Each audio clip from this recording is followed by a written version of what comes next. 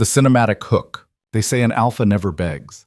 That power bows to no one, breaks for nothing. But here stands Kyle Draven, the most feared king in 5 territories, staring at an empty bed and a letter that's burning a hole through his chest. His mate is gone. His child, unborn and unknown until this moment, is gone with her. And for the first time in his ruthless life, the Alpha King realizes he's lost the only battle that ever mattered. Stick around till the end, because this story doesn't go where you think it does. Hit that like button and drop your city in the comments so I know who's riding with us on this one. The first thing Kyle noticed when he walked into their chambers was the silence. Not the comfortable kind. Not the silence of sleep or meditation or even anger. This was the silence of absence, heavy and final, like the air after a funeral when all the mourners have gone home and you're left alone with what you didn't say. He stood in the doorway, still wearing his council robes, still carrying the weight of a 12-hour session where old wolves argued about tax reforms and border disputes like any of it actually mattered. His jaw ached from clenching it. His temples throbbed from listening to Elder Garrett drone on about maintaining traditions while the southern packs grew restless. Lyra's scent lingered in the room, but it was fading, going stale. That wasn't right. She should be here. She was always here when he returned, curled up in the reading chair by the window or asleep in their bed with a book fallen open on her chest. Kael moved into the room, his boots silent on the thick carpet. The bed was made. Military corners, not a wrinkle in sight. Lyra never made the bed like that. She'd pull the covers up haphazardly, leaving lumps and valleys, and he'd always smoothed it out after her with a mixture of irritation and something softer he refused to name. His chest tightened. On the pillow, his pillow, lay a single folded piece of paper. He stared at it for longer than he should have, some primal part of his wolf brain screaming danger, screaming run, screaming that once he picked up that paper, everything would change. But alphas don't run.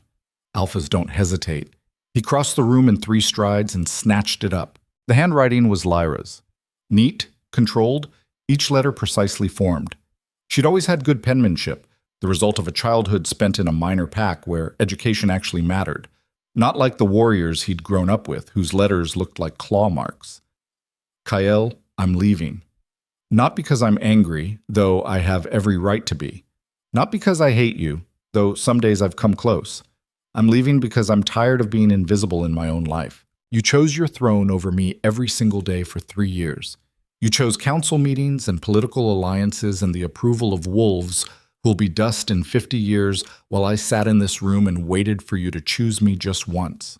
I know what you'll say, that you were building something, that you were securing our future, that everything you did was for the kingdom, for the pack, for legacy. But Kael, I was never asking you to abandon your crown. I was asking you to see me while wearing it. Last night, I found out I'm carrying your child. I sat on the bathroom floor at 3 a.m. staring at the test, and my first thought wasn't joy or fear. It was, how long will it take him to notice? So I'm making it easy for you. You won't have to choose anymore between your throne and your family, because your family is leaving. Raise your kingdom. Build your legacy. Just do it without me. Don't look for me. I mean that. You'll only find someone who stopped believing you could love anything more than power. Lyra Kael read it twice, 3 times. The words didn't change. His hands started shaking. Not a tremor, not the slight shake of fatigue or age, but a violent trembling that spread from his fingers to his wrists to his entire body. The paper crumpled in his grip. Pregnant. She'd been pregnant and he hadn't known, hadn't noticed, hadn't paid enough attention to the woman he'd bound himself to in front of the moon goddess, and every pack in the kingdom to see that she was carrying his child. How long will it take him to notice? The words were a knife between his ribs, precise and fatal. He spun toward the door, letter still clenched in his fist. Lyra. He threw the door open and nearly collided with Marcus, his beta, who'd clearly been standing guard outside. Marcus took one look at Kael's face and went rigid. Where is she? The beta's expression asked without words. Gone? Kael's face answered. How long? Don't know. Marcus's jaw tightened. The bond between Alpha and Beta meant they rarely needed full sentences. The Beta could read Kael's emotional state like a book, and right now that book was screaming panic in a language Kael had never learned to speak. When did you last see her? Kael managed to grind out. Yesterday afternoon. She was in the library. Seemed fine, quiet, but Lyra's always quiet. And you didn't think that was strange. It wasn't a question. It was an accusation, and they both knew it. Marcus held his ground. With all due respect, Alpha, I'm not her keeper. That's supposed to be your job. The words hung in the air like gun smoke. Kael could have ripped Marcus's throat out for the insubordination. Should have, by traditional law. An Alpha doesn't tolerate that kind of challenge, especially not in front of anyone who might be listening. But Marcus was right, and they both knew that too. How long ago did she leave? Kael asked, forcing his voice level. Marcus pulled out his phone, pulled up security footage with the efficiency of a wolf who'd clearly already been checking. The timestamp says her car left the south gate at 4:47 a.m., 7 hours ago. 7 hours. She had 7 hours on him. In 7 hours, she could be anywhere. The northern territories were vast, wild, filled with places even his best trackers couldn't follow. Did she take anything? Kael asked. One bag. Clothes, some books, her mother's jewelry box, left everything you ever gave her. That hurt worse than it should have. He'd given her plenty over the years. Not thoughtful things, not romantic things, but expensive things. Jewels and dresses and a custom car she never drove. All of it still here. All of it meaningless. Get everyone up, Kael said. I want trackers on her scent. I want every gate guard questioned. I want to know which direction she went, which road she took, where she might be headed. Marcus hesitated. Alpha, if she doesn't want to be found... I don't care what she wants, Kael snarled, and his wolf surged forward in his voice, making the words echo with power. She's my mate. She's carrying my heir. I want her found. Now. The command rippled outward, binding and absolute. Marcus's head bowed automatically, his wolf submitting even as the man's eyes stayed hard. Yes, Alpha.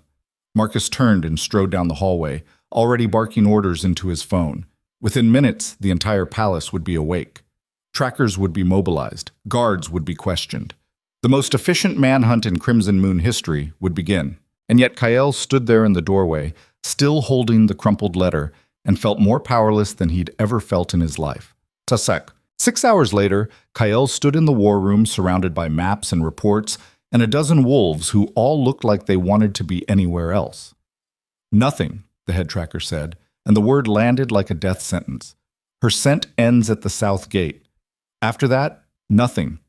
She either masted or got into a vehicle with someone we can't identify. How does a scent just end? Kael asked quietly.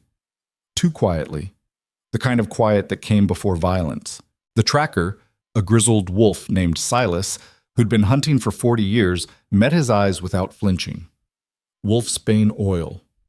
Rub it on your skin, and you're a ghost to us.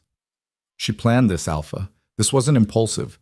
Kael's claws extended involuntarily, cutting into his palms. Blood dripped onto the mahogany table. She's one woman, he said. Pregnant.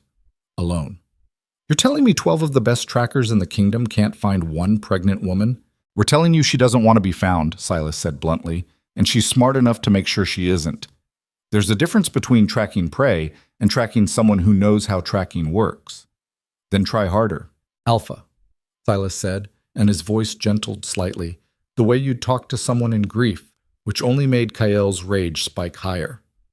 The northern territories are 400,000 square miles of wilderness. No packs, no laws, no infrastructure. If she went north, and every sign says she did, she's in Wind territory now. Rogue country. The kind of place where wolves go to disappear. Or die, Marcus added quietly. Everyone turned to look at the beta. Marcus met Kael's eyes steadily. You need to hear it, Alpha. A pregnant wolf alone in rogue territory has maybe a week before someone finds her. And when they do, they're not going to care that she's a queen or that the child is yours. They're going to see an opportunity. What kind of opportunity? Kael asked, though he knew. Of course he knew. The kind where they hold her for ransom, Marcus said, or kill her and claim the child as their own to legitimize their bloodline. Or worse. No one asked what worse meant. They all knew. Kael's wolf howled inside his chest, a sound of pure rage and terror that wanted to claw its way out and tear through everything between him and his mate. He He forced it down with every ounce of control he'd spent a lifetime building. "Then we go north," he said. "I'll lead the search myself." Silence crashed through the room. Finally, Elder Garrett spoke from the corner where he'd been lurking like a spider. "The king cannot abandon his throne to chase after a wayward mate. The kingdom needs you here." Cale turned slowly to face the old wolf. Garrett was ancient, one of the original counselors who'd served Kael's father and grandfather before him. His face was a roadmap of wrinkles, his eyes sharp and calculating. "My mate is missing," Kael said with deadly precision. "My child is in danger. The kingdom can wait." "Can it?" Garrett's voice dripped false concern. "The southern packs are restless. The eastern borders report rogue activity. The trade agreements with the Silver Fang pack expire in 2 weeks. You leave now and you'll return to chaos. Then you handle it," Kael snapped. "That's what I pay you for." "We are advisors, Alpha, not rulers. The council cannot make decisions in your absence. Tradition." "Screw tradition," Kael roared, and his power exploded outward, rattling the windows and driving every wolf in the room to their knees. "My mate is out there. My son is out there. And you're talking to me about trade agreements?" Elder Garrett stayed kneeling, but his eyes glittered with something cold and knowing. "Forgive me, Alpha, but perhaps if you'd paid such attention to your mate while she was here, she wouldn't be out there now." The room went dead silent. Kael could have killed him, should have killed him. His claws were already out, his wolf already surging forward, ready to paint the walls with the old bastard's blood. But the words hit home because they were true. Everyone saw it on his face. The moment the Alpha King realized he had no defense, no justification, no argument that would hold water. He'd neglected his mate. He'd chosen wrong. And now she was gone. "Get out," he said, his voice barely above a whisper. "All of you. Out." They fled. Even Marcus hesitated only a second before following the others, leaving Kael alone with maps that meant nothing and a crumpled letter he'd been carrying in his pocket like a talisman. He smoothed it out on the table, read it again. "I was asking you to see me while wearing it." When had he stopped seeing her? When had the woman who'd challenged him at their first meeting, who'd stood in front of his throne and called him out for his arrogance, who'd kissed him in the rain after their binding ceremony like he was the only thing that mattered in the world, when had she become invisible? He tried to remember the last time they'd had a real conversation. Not the perfunctory "how was your day" exchanges while he dressed for another meeting, but an actual conversation where he'd asked her opinion and listened to the answer. Weeks ago? Months? He tried to remember the last time he'd touched her with intention, not just the absent-minded kiss on the forehead before bed or the automatic hand on her back at public events, but really touched her, held her, made her feel like she mattered. The memories wouldn't come. 3 years of marriage, and what did he have to show for it? A cold bed, a letter full of justified accusations, and a mate who'd rather risk rogue territory than spend another day at his side. His phone buzzed. "Marcus. Alpha. We found something." "What?" "Security footage from a gas station 40 miles south.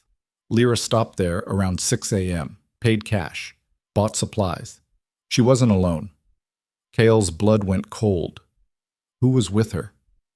"Don't know yet. Male, mid-30s, no pack scent we recognize. They seem familiar." He put his hand on her back when they walked to the car. "Find out who he is," Kael growled. "I want a name, a pack, a history. I want to know everything. Already on it. But Alpha, there's something else." "What?" "She's not hiding. She stopped at a gas station in broad daylight, used her real credit card before switching to cash, smiled at the camera. She wanted us to see her. Why would she want that?" "Because she's sending a message," Marcus said quietly. "She's showing you she's fine, that she's safe, that she chose this. Or she's telling me to stop looking," Kael said.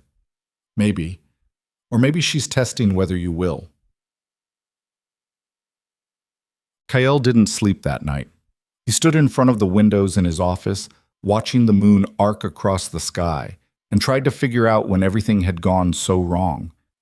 He'd been raised to be Alpha. His father had drilled it into him from childhood.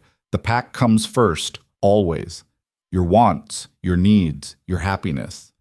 None of it matters compared to the survival of the whole. So when Kael took the throne at 23 after his father's death, he'd done exactly what he'd been taught. He dedicated himself completely to the kingdom.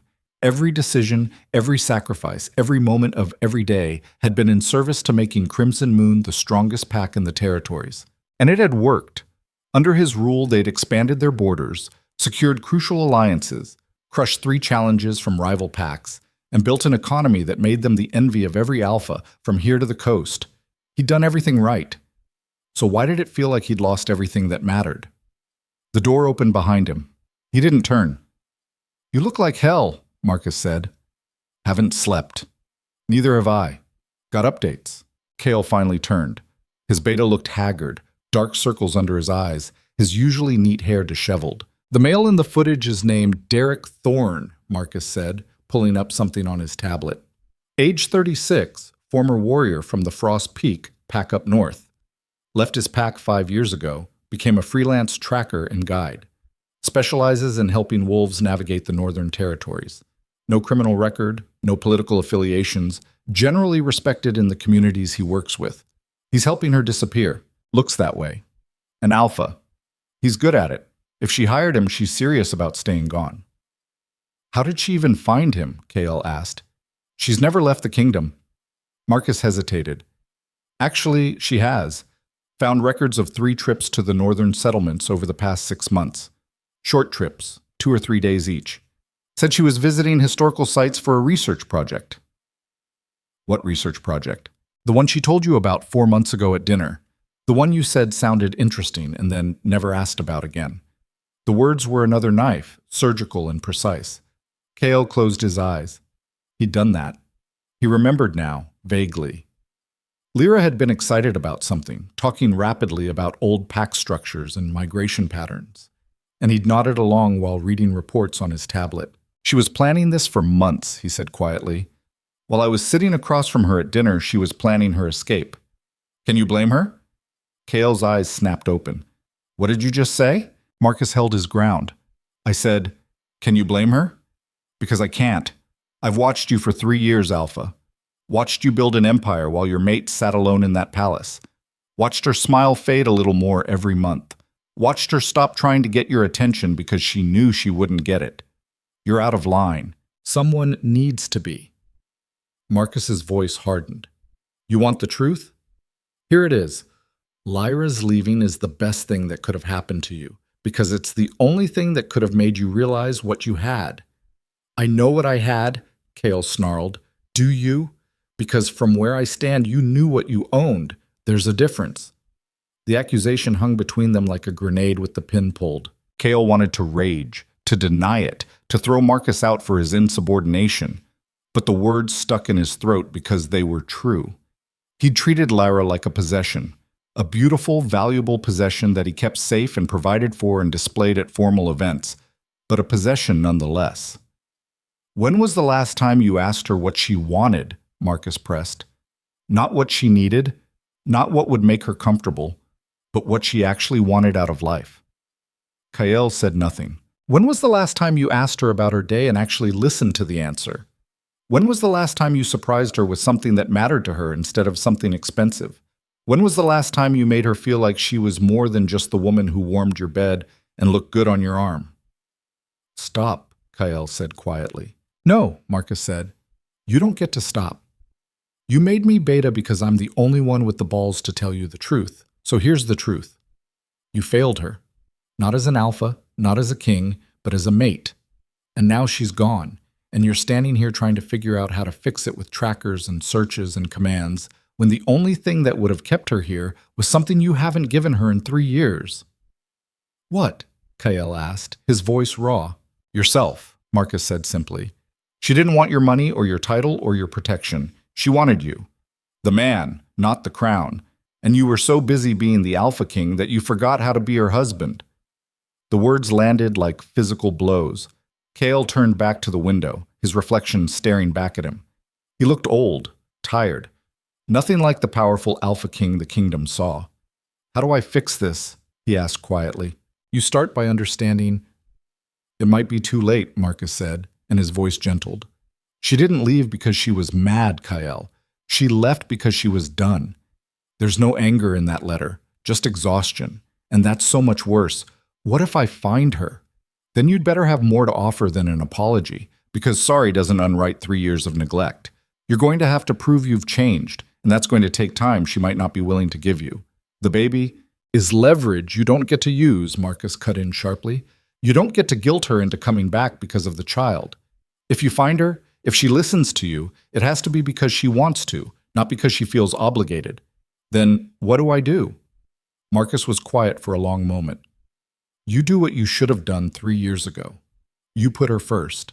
Not the kingdom, not the pack, not tradition or duty or legacy. Her. And you hope to the goddess that it's enough. 48 hours after Lyra disappeared, Kael received the first threat. It came in a plain envelope delivered to the palace gates by a runner who vanished before guards could question him.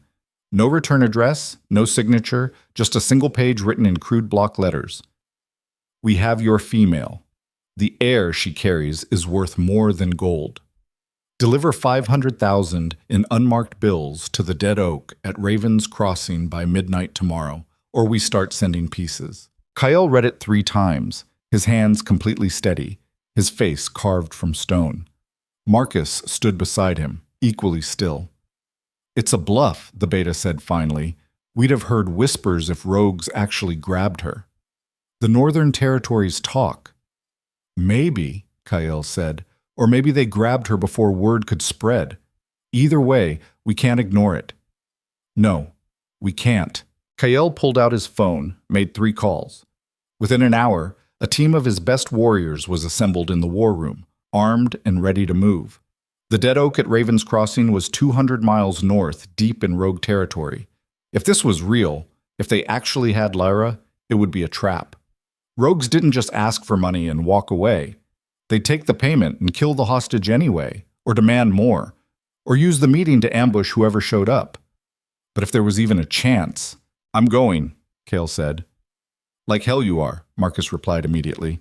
You send a team. You don't walk into a trap personally. If they have her, I need to be there. If they have her, they'll kill you both and claim the throne through your child. Use your head, Kael.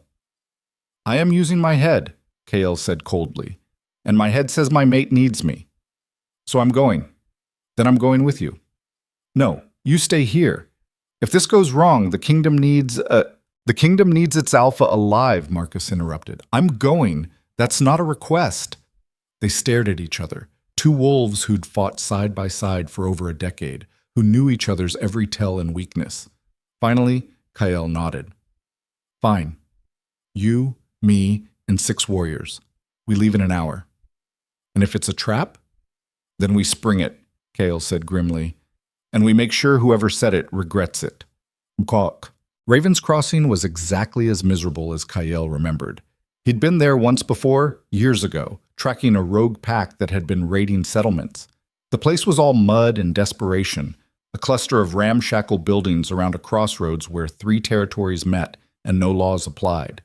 The Dead Oak stood at the northern edge, a massive tree that had been struck by lightning decades ago and somehow survived, its blackened branches reaching toward the sky like claws. Kael and his team arrived 30 minutes before midnight.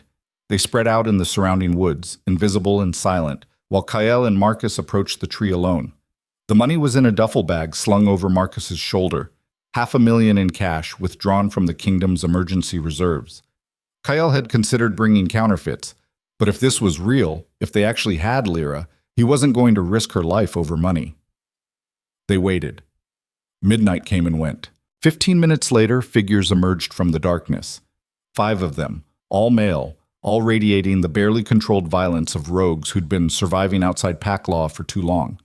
Their leader was huge, easily 6'5", with scars crisscrossing his face and arms that looked like tree trunks. You the alpha? He asked, his voice like gravel. I am, Kael said. Where's my mate? The rogue grinned, showing broken teeth. First things first. You bring the money? Marcus held up the duffel bag. Toss it here. You show me my mate first. The rogue's grin widened. That's not how this works, Your Majesty. You don't make demands. We do. Then we walk, Kael said flatly, and turned to go. Wait. Kael stopped, didn't turn around. Fine, the rogue growled. Show him. One of the other rogues pulled out a phone, played a video. It was dark, grainy, but Kael could make out a figure tied to a chair in what looked like a basement. Female. Long hair, pregnant belly visible under her shirt. His wolf roared. "Is she hurt?" he asked, his voice deadly quiet. "Not yet. But she will be if you don't hand over that bag." Marcus tossed the duffel. It landed at the rogue's feet. The leader opened it, rifled through the cash, nodded in satisfaction. "Pleasure doing business." "Where is she?" Kael demanded. The rogue looked up and his grin turned predatory. "Oh, didn't I mention? That wasn't your mate in the video. That was some pregnant bitch we grabbed from a settlement yesterday. You're female? We don't have her. But thanks for the donation to the Rogue Retirement Fund." The forest exploded into violence. Kael's warriors dropped from the trees like avenging angels. The rogues tried to fight back, but they were outnumbered and outmatched. Within 90 seconds, all 5 were on the ground, bleeding and broken. Kael stood over the leader, his boot on the wolf's throat, his claws extended. "Last chance," he said quietly. "Do you know anything about my mate?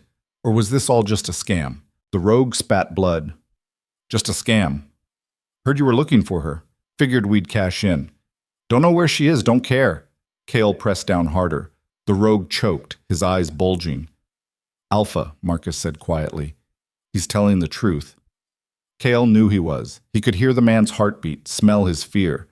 This was just an opportunistic bastard who'd seen a chance to make easy money off a desperate king. He lifted his boot. "Take them to the cells," he told his warriors. "They can rot there until I decide what to do with them." As the warriors dragged the rogues away, Kael stood in the darkness, breathing hard, trying to control the rage and fear warring in his chest. "This is what it's going to be," Marcus said quietly. "Every rogue with a grudge or a debt is going to come after her now that word's out she's missing. She's the biggest target in 5 territories." "Then we find her first," Kael said. "And when we do? What then?" Kael looked at his beta, and for the first time since this nightmare started, he let the mask slip. Let Marcus see the fear underneath. "Then I pray she gives me a chance to fix what I broke," he said. "Because if she doesn't..." He didn't finish. He didn't have to. If Lyra didn't give him a second chance, if she looked him in the eye and told him she was done, that he'd used up all his chances and she'd rather raise their child alone in the wilderness than come back to him, he didn't know what he'd do. Didn't know if there was any point to the crown, the kingdom, the power he'd sacrificed everything to maintain, if the only thing that mattered was gone. For the first time in his life, Alpha King Kael Draven understood what it meant to be powerless. And it was destroying him. The rain started 3 days after the failed ransom trap, and it didn't stop. Kael stood in his office watching water stream down the windows, distorting the kingdom beyond into something unrecognizable. Fitting. Everything felt distorted now. Wrong. Like he'd been living in a house with a cracked foundation for years, and only noticed when the whole structure started collapsing. The door opened without a knock. Only one wolf in the kingdom had that privilege. "We got a hit," Marcus said. Kael turned so fast his coffee sloshed over the rim of his mug. "Where?" "Settlement called Broken Ridge, about 300 miles northeast. One of our informants saw a pregnant female matching Lyra's description 2 days ago. She was buying supplies. Alone. Not with Derek Thorne, the guide she'd hired. That bothered Kael more than it should have. If she'd parted ways with her escort, that meant she was either confident enough to navigate rogue territory solo or desperate enough that she didn't have a choice. Neither option was good. "How reliable is this informant?" Kael asked. "Reliable enough. He's a merchant who does trade runs between territories. Saw her at a general store. Said she looked tired but healthy. Paid cash, didn't talk much, left heading west toward the mountain passes." The mountain passes. Jesus. That was hardcore wilderness, the kind of terrain that killed experienced trackers. And Lyra was pregnant, alone, heading straight into it. His wolf clawed at his insides, howling to chase, to hunt, to find his mate, and drag her back to safety whether she wanted it or not. The instinct was so strong it made his bones ache. But that's exactly what would drive her further away. "Get a team ready," Kael said. "Small. 4 wolves, max. We leave in an hour." "You're going yourself again," Marcus said. It wasn't a question. Yes, the council won't like it. The council can go to hell, Kale said flatly. I've given them 3 years of my life. They can survive a few days without me. A few days. Marcus's tone was carefully neutral. You think you'll find her that fast? I think if I don't find her soon, someone else will. And I won't like what they do when they find her. The words hung heavy between them. Kale set down his coffee, moved to the weapons cabinet, started pulling out gear. A tactical vest. Knives. A handgun loaded with silver rounds, illegal as hell, but necessary in rogue country, where pack law didn't mean shit. You know what's going to happen if you find her, Marcus said quietly. What? She's going to tell you to leave. And you're going to have to decide whether you respect that or whether you force her to come back. I won't force her, Kale said. Won't you? The question stopped Kyle cold. He looked at his beta, at the wolf who'd known him since they were teenagers sparring in the training grounds, who'd seen him at his best and worst, who knew exactly what kind of male lived under the Alpha King mask. I want to say I won't, Kyle admitted. I want to believe I'm better than that. But the truth is, I don't know what I'll do when I see her, when I see my child, when I'm standing in front of the only thing that matters and she tells me to walk away. Then figure it out now, Marcus said, before you're face to face with her. Because if you make the wrong choice, if you let your wolf override your humanity, you won't just lose her. You'll prove every fear she had about you was justified. Pops. They found Broken Ridge at sunset on the 4th day. It wasn't much. 24 buildings clustered around a central square, surrounded by forest so thick it looked black. The kind of place where wolves came to disappear, to hide from packs and laws and the consequences of whatever they'd done to end up here. Kyle and his team came in quietly, dressed in civilian clothes, no pack markers, just travelers passing through. Drawing attention here was a good way to end up dead in a ditch. The general store was easy to find, only one in town. The owner was a grizzled old wolf with one eye and hands scarred from hard labor. He looked up when they entered, took one look at Kyle, and his remaining eye narrowed. You're Alpha, he said. Not a question. Kale could have lied, should have lied, but something in the old wolf's gaze said he'd see through it anyway. I am, Kale said, but I'm not here on pack business. The owner snorted. Alpha's always on pack business. That's the job. Not today. Today I'm just a male looking for his mate. That got the old wolf's attention. He studied Kyle for a long moment, then jerked his chin toward the back room. Come on, your boys stay here. Marcus started to protest, but Kyle waved him off. It's fine. The back room was cramped and smelled like tobacco and old leather. The owner gestured to a chair, poured 2 glasses of something amber and potent, pushed one across the table. Drink, he said. You look like you need it. Kyle did. The liquor burned going down, harsh and unrefined, nothing like the expensive whiskey in his office cabinet. It tasted real. I heard you're looking for a pregnant female, the owner said. Pretty thing, dark hair, green eyes. Came through here 3 days ago. That's her. Do you know where she went? The owner took a slow drink, watching Kyle over the rim of his glass. Depends. You planning to hurt her? No. The owner's eye bored into him. Funny thing about alphas. They always think they're not hurting anyone. Power's just power, right? Dominance is natural. But I've seen enough females run from their alphas to know that the worst wounds don't leave scars you can see. Kale's jaw tightened. I'm not here to hurt her. I'm here to make sure she's safe. Safe from what? From rogues or from you? The words were a slap. Both, Kyle said quietly. If I'm being honest. That seemed to satisfy something in the old wolf. He nodded slowly. She bought enough supplies for a week. Camping gear, dried food, a map of the mountain passes. I told her those passes are suicide this time of year. Snow's already starting at the higher elevations, and she's in no condition to be climbing. What did she say? She said she'd been in worse situations. Then she paid and left. Kale closed his eyes. Stubborn. God, she was so stubborn. It's what had drawn him to her in the first place, that core of steel that refused to bend. And now it might get her killed. Did she say where she was going? No. But I've been running this store for 40 years. I know where wolves go when they want to disappear. There's a settlement about 60 miles west up in the high country. A place called Haven's End. It's where females go when they're running from something. No males allowed past the gates without permission from the council. They'd take her in. Kale's wolf bristled at the idea of his mate in a settlement that explicitly excluded males, but he shoved the instinct down. If Lyra was safe, that's all that mattered. How do I get there? The owner pulled out a battered map, marked a route with a pencil. Follow this trail west. It's rough going, especially the last 20 miles. You'll need to leave your vehicles and hike. And when you get there, don't expect a warm welcome. They've seen enough of what alphas do to their mates. They won't trust you. I don't care if they trust me. I just need to see her. The owner studied him again, then nodded. One more thing. Girl like that running from an alpha king hiding a pregnancy. She's not just scared, she's done. Whatever you did to make her leave, it was bad enough that she'd rather risk dying in the mountains than stay with you.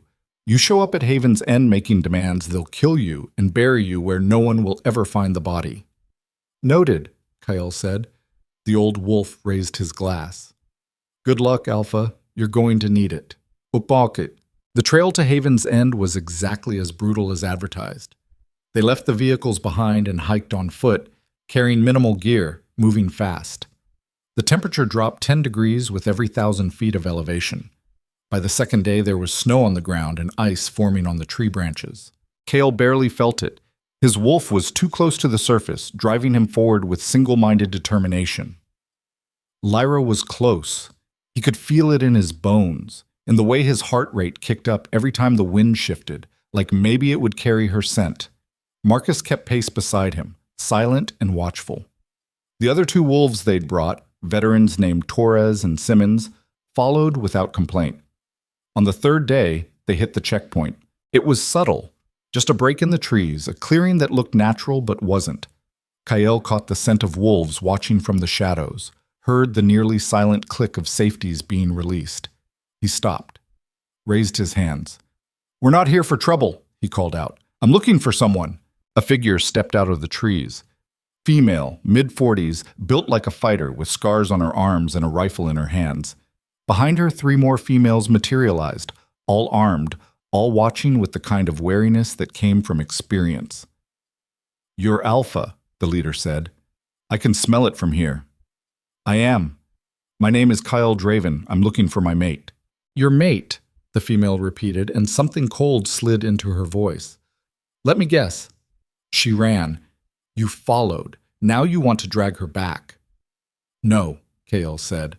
"I want to make sure she's safe." "Safe from what?" "From rogues, from wolves who'd use her to get to me, from the dangers of traveling alone while pregnant, but not safe from you." The accusation landed like a physical blow. Kale lowered his hands slowly. "I know what you think of me, what you think of alphas in general, and maybe you're right. Maybe I am the danger she needs protecting from. But she's carrying my child, and she's alone in territory that will kill her if she makes one wrong move. So you can shoot me if you want, but I'm not leaving until I know she's okay." The female studied him for a long moment. Then she lowered her rifle. "Your mate's not here," she said. Kale's stomach dropped. "What? She came through 3 days ago. We offered her sanctuary. She turned us down. Why?" The female's expression shifted into something almost sympathetic. "Because she said if she stayed in one place, you'd find her eventually, and she wasn't ready to face you." "Where did she go?" "Further west, into the deep country. There's nothing out there but wilderness and old ruins. It's where wolves go when they want to make sure they're never found." "She can't survive out there alone," Kyle said, and he heard the desperation creeping into his voice. "She's pregnant. The weather's turning. She doesn't have the skills." "She has a guide," the female interrupted. "Male named Derek Thorne. You know him?" Kale's hands clenched into fists. "Yes, I know him. He's good, one of the best. If anyone can keep her alive out there, it's him." That should have made Kyle feel better. It didn't, because Derek Thorne was keeping Lyra alive, keeping her safe, being everything Kale should have been.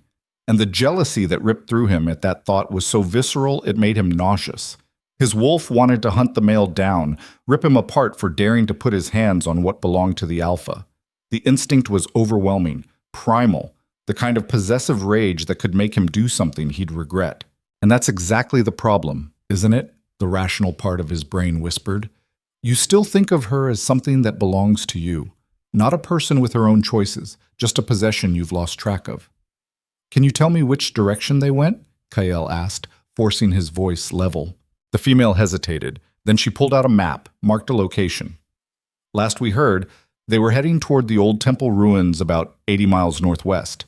But that was days ago. They could be anywhere by now. Why would they go to temple ruins? Because there's a network of caves underneath, dry, defensible, easy to hide in. Also because there's a hot spring that flows through the lower levels. Good place for a pregnant female to rest. Kael committed the location to memory. Thank you. Don't thank me yet, the female said. The path to those ruins goes through Talon Ridge territory. You know what that means? Kael did. Talon Ridge was controlled by a rogue pack led by a wolf named Victor Steele, a vicious bastard who'd been exiled from 3 different territories for crimes ranging from murder to trafficking.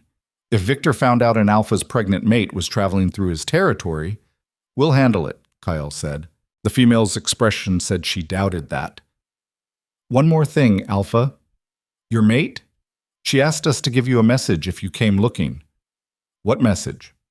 The female's eyes softened slightly. She said to tell you that she forgives you, but forgiveness doesn't mean she's coming back.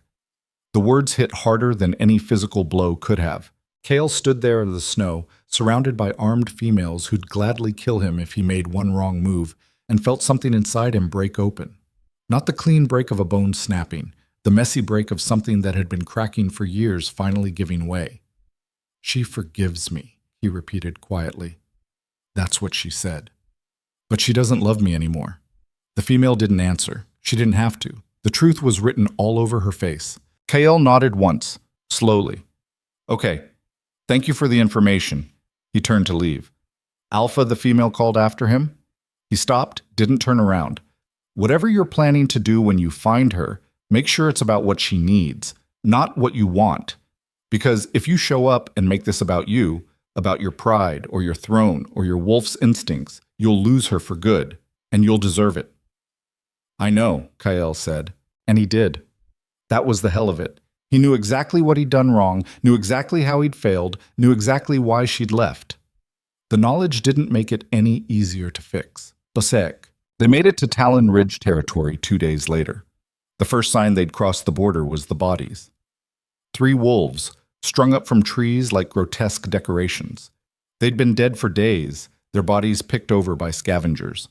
A warning to anyone who thought about crossing Victor Steele without permission. This is bad, Torres muttered. We should turn back, find another route. There is no other route, Marcus said, studying the map. Not unless we want to add 3 weeks to the journey. Then we go through fast and quiet, Kael said. We don't engage unless we have to. And if we have to, Simmons asked, then we make it count. They moved carefully, staying off the main trails, using every trick they knew to mask their scent and presence. For 6 hours, it worked. Then Victor's wolves found them anyway. There were 8 of them, all battle-scarred and feral-looking, the kind of wolves who'd killed enough that it showed in their eyes. They materialized from the forest like ghosts, surrounding Kael's group before anyone could react. Their leader was a massive brute with a face like a sledgehammer and eyes that held no mercy. Well, well, he drawled. What do we have here? Trespassers? We're just passing through, Kael said calmly. We don't want trouble. Too bad. Trouble found you anyway. The brute took a step forward, so did his pack. The circle tightened. Kael's wolf surged forward, ready to fight, ready to kill, ready to do whatever it took to get to Lyra. But he forced it down. 4 against 8 were bad odds, and they couldn't afford to get bogged down in a fight. What do you want? Kael asked. The brute grinned. Everything you got. Weapons, supplies, clothes. Hell, we might even take your boots if they fit. You're making a mistake, Marcus said quietly. Am I? The brute's grin widened. See? I don't think I am. I think you're just 4 wolves who wandered into the wrong territory. And in Victor's territory, there's a toll for passage. Name it, Kael said. 5,000. Cash. We don't have 5,000. Then you got a problem. The wolves moved closer. Kael could see the calculation in their eyes, the way they were sizing up his group, looking for weaknesses. Torres had his hand on his knife. Simmons was shifting his weight, preparing to spring. This was about to get very ugly, and then a voice cut through the tension like a blade. That's enough. Everyone turned. A figure stood at the edge of the clearing, male, mid-50s, wearing a long coat and an expression of utter boredom. But there was power radiating from him, the kind of power that made every wolf in the vicinity sit up and pay attention. Victor Steele. Had to be. The brute immediately stepped back, lowering his eyes in submission. "Boss, we were just harassing travelers," Victor finished. "I heard." He walked into the clearing, his gaze sweeping over Kael's group with casual interest. When his eyes landed on Kael, something shifted in his expression. "Alpha," he said. "Been a long time since we had an Alpha King passing through." "You know who I am," Kael said. "It wasn't a question." "Everyone knows who you are, Draven. The question is, what the hell are you doing in my territory? Looking for someone. Aren't we all?" Victor pulled out a cigarette, lit it, took a long drag. "Let me guess. Female. Pregnant. Traveling with a guide named Derek Thorne." Kael's entire body went rigid. "You've seen her." "Maybe." Victor exhaled smoke slowly. "Question is, why should I tell you anything? Because if you don't, I'll tear your territory apart looking for her anyway. And that's going to be messy for both of us." Victor laughed. It was not a pleasant sound. "You got balls, I'll give you that. Coming into my territory, making threats. Most alphas have better survival instincts. I'm not most alphas." "No." Victor's smile faded. "No, you're not. You're the alpha who let his pregnant mate run away into rogue country. That takes a special kind of stupid." The insult should have made Kael angry. Instead, it just made him tired. "You're right," he said. "I was stupid. I was arrogant. I thought I could have everything without sacrificing anything. And I was wrong. And now she's out here, in danger, because of me. So if you want to stand here and list all my failures, go ahead, but it won't change the fact that I need to find her." Victor studied him through the cigarette smoke. "What'll you do when you find her?" "I don't know," Kael admitted. "Probably beg. Probably grovel. Probably do whatever it takes to convince her I've changed. And if she says no, then I'll make sure she's safe and walk away." Victor's eyebrows rose. "Just like that?" "Just like that." The rogue leader was silent for a long moment. Then he dropped his cigarette, ground it out under his boot. "Your mate came through here 4 days ago," he said. "Thorne had her holed up in a safe house while he negotiated passage. I gave them safe conduct through my territory in exchange for medical supplies. They were heading northwest toward the old temple ruins." "That matches what we heard," Marcus said. Victor nodded. "But here's the thing. About 6 hours after they left, another group came through asking about them. 5 wolves, heavily armed, professional. They had a photo of your mate. Said they were bounty hunters." Kael's blood went cold. "Bounty hunters? Someone put a price on her head," Victor said flatly. 50,000 for the female, alive. Another 50 for the child once it's born. That's serious money. Enough that every rogue and mercenary in 5 territories is going to be hunting her. Who put out the bounty?" Victor shrugged. "Bounty came through encrypted channels. Could be anyone. Rival pack, political enemy, someone who wants leverage over you. Take your pick." Kael's mind raced. Someone wanted Lyra badly enough to put a $100,000 bounty on her and his unborn child. That level of money meant organization, resources, connections, not just some rogue pack looking to make a quick buck. "Did you tell them where she went?" Kael asked. Victor's expression hardened. "I don't give up females to bounty hunters. Not my style. I told them she'd pass through heading east, sent them in the wrong direction. But they're not idiots. They'll figure it out eventually." "How much of a head start did you give her?" "Maybe a day, maybe less if they're good." Kael turned to Marcus. "We need to move. Now." Marcus nodded. "Already on it." Victor held up a hand. "One more thing, Alpha. Those temple ruins? They're not empty. There's a cult that's taken up residence there, calls themselves the Children of the New Moon. They're heavily armed, heavily paranoid, and they don't like outsiders. You go barging in there looking for your mate, they'll kill you first and ask questions never." "Then I'll have to be persuasive," Kael said. Victor laughed again, shook his head. "You know what? I like you. You're either brave or crazy, and I respect both. Tell you what, I'll give you 2 of my wolves as guides. They know the area, know how to approach the cult without getting shot. Consider it a professional courtesy. Why would you help me? Because your mate looked me in the eye and didn't flinch, Victor said. That takes guts. And because I've got daughters of my own, I know what it's like to want to keep them safe, even from themselves. He whistled sharply. 2 wolves emerged from the trees, both female, both carrying enough weapons to outfit a small army. This is Reese and Jax, Victor said. They'll get you to the ruins alive. After that, you're on your own. Kale nodded. Thank you. Don't thank me yet, Victor said. You might not like what you find when you get there. The temple ruins rose out of the forest like broken teeth. What had once been a grand structure was now little more than crumbling walls and collapsed towers, reclaimed by nature and time. But there were signs of recent habitation, smoke rising from what looked like the main hall, lights flickering in the windows, armed guards patrolling the perimeter. Reese held up a hand, signaling the group to stop. They crouched in the underbrush, watching the compound. How many? Marcus whispered. At least 20, Jax replied. Maybe more inside. They rotate guards every 4 hours like clockwork. How do we get in? We don't, Reese said. Not without an invitation. But I know someone on the inside. Give me an hour. She disappeared into the forest without another word. Kyle settled in to wait, every nerve in his body screaming to move, to act, to find Lyra and make sure she was safe. But rushing in blind would get them all killed. So he waited. And while he waited, he thought about what he'd say when he finally saw her. I'm sorry. That seemed inadequate. I was wrong. Also inadequate. I love you. Did he even have the right to say that anymore? Love wasn't just a feeling. It was actions, choices, daily decisions to put someone else first. And he'd failed that test over and over. What would she see when she looked at him? The male she'd fallen for? Or the cold alpha who'd ignored her for 3 years? Could people change? Really change? Not just promise to change in the heat of the moment, but actually rewire themselves at the fundamental level? He didn't know, but he was about to find out. Reese returned exactly 1 hour later with a hooded figure in tow.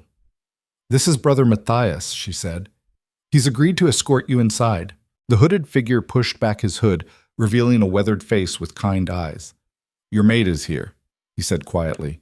She arrived yesterday. She's resting in the lower sanctuary. Is she hurt? Kael demanded. Exhausted, malnourished, but alive. The child is strong. I need to see her. That's not my decision. Our Mother Superior will decide if you're granted access. Then take me to her, Kael said. Brother Matthias studied him for a long moment. You should know, Alpha, that your mate has requested sanctuary here. Under our laws, that means she's under our protection. If she doesn't want to see you, we won't force her. I understand, Kael said, though the words felt like swallowing glass. They followed Brother Matthias through a hidden entrance in the temple wall, down a series of narrow corridors lit by torches, until they reached a large chamber where a woman sat on a throne-like chair. She was ancient, her face a map of wrinkles, but her eyes were sharp and assessing. I am Mother Kala, she said, and you are the Alpha who drove his mate into the wilderness. It wasn't a question, and Kael couldn't deny it. I am, he said. Why should I let you see her? Because she's my mate, my child. Mother Kala's laugh was bitter. Your mate, your child. Everything is possession with alphas. Nothing is partnership. You're right, Kael said, and the admission seemed to surprise her. I treated her like a possession, like something I owned, and that's why she left. But I'm here now, and I'm asking, not commanding, asking for a chance to make it right. And if she refuses to see you, then I'll respect that. But I need to hear it from her, not from you, not from anyone else. I need to look her in the eye and hear her tell me she's done. Mother Kala was silent for a long moment. Then she nodded. Very well, she said. I'll ask her. But the choice is hers. A younger woman was sent to fetch Lyra. The minutes that followed were the longest of Kael's life. Every second felt like an hour, every breath an effort. And then he heard footsteps. Turned. And there she was. Lyra stood in the doorway, one hand on her swollen belly, her face pale and drawn. She'd lost weight everywhere except the pregnancy, her cheekbones sharp, dark circles under her eyes. Her hair was pulled back in a messy braid, and she was wearing clothes that were too big for her frame. She looked exhausted, beautiful, alive. And when her eyes met his, Kael saw absolutely nothing there. No anger, no love, no recognition, just emptiness. "Hello, Kael," she said quietly. Her voice was steady, emotionless, the voice of a stranger. "I was wondering when you'd find me." That emptiness in her eyes was worse than hatred. Kael had prepared himself for anger, for tears, for her to scream at him or throw things or tell him exactly how much damage he'd caused. He could have handled rage. Rage meant she still felt something, even if that something wanted to hurt him back. But this hollow neutrality, this complete absence of emotion when she looked at him, this was death. The death of everything they'd been, everything they could have been. "Lyra," he said, and his voice came out rough, fractured. His wolf was howling inside his chest, trying to reach her, trying to connect with the mate bond that had once thrummed between them like a living thing. But there was nothing, just silence where music used to be. She didn't move from the doorway, didn't step closer, didn't step back, just stood there with one hand on her belly, the other hanging loose at her side, and looked at him like he was a stranger she'd once known a long time ago. Mother Kala cleared her throat. "I'll give you privacy. But Alpha, you'll remain in this chamber. My guards are outside. Any attempt to force your mate to leave with you will end badly for everyone involved." "Understood," Kael said, not taking his eyes off Lyra. The old woman left, taking her attendants with her. The door closed with a heavy thud that echoed through the stone chamber. They were alone. Marcus had stayed outside with the others. This conversation, this reckoning, was between mates only. No witnesses, no buffers, just two wolves and 3 years of damage laid bare. "You look tired," Kael said, because he didn't know how else to start. "I am tired," Lyra replied. Her voice was steady, matter of fact. "I've been running for 2 weeks, sleeping in cars and safe houses and caves, trying to stay ahead of you and everyone else who wants to drag me back to a life I couldn't survive anymore." The words landed like body blows. "I wasn't trying to drag you back," Kael said. "I was trying to make sure you were safe." "Safe," Lyra repeated, and something flickered in her eyes. Not anger, not quite, but something sharp. "Safe from what, Kael? From rogues? From bounty hunters? Because you didn't seem concerned about my safety when I was sitting in our chambers every night waiting for you to come home, when I was eating dinner alone because you had another council meeting, when I was sleeping in an empty bed because you chose paperwork over your mate." "I know," Kael said. "I know I failed you. I know I was so focused on the kingdom that I forgot about the one person who should have mattered most." "Should have mattered," Lyra echoed, past tense. "That's honest, at least." She moved into the room, finally, her steps careful and measured. She looked heavier than just pregnancy weight, like exhaustion had settled into her bones and made a home there. She sat down on a stone bench, wincing slightly. Kael's instinct was to help her, to rush over and make sure she was comfortable, but something in her posture told him to stay where he was. "Why are you here?" Lyra asked. "And don't say it's because you love me. Don't insult us both with that." The words were a knife between his ribs. "I do love you," he said anyway. "You love the idea of me," Lyra corrected.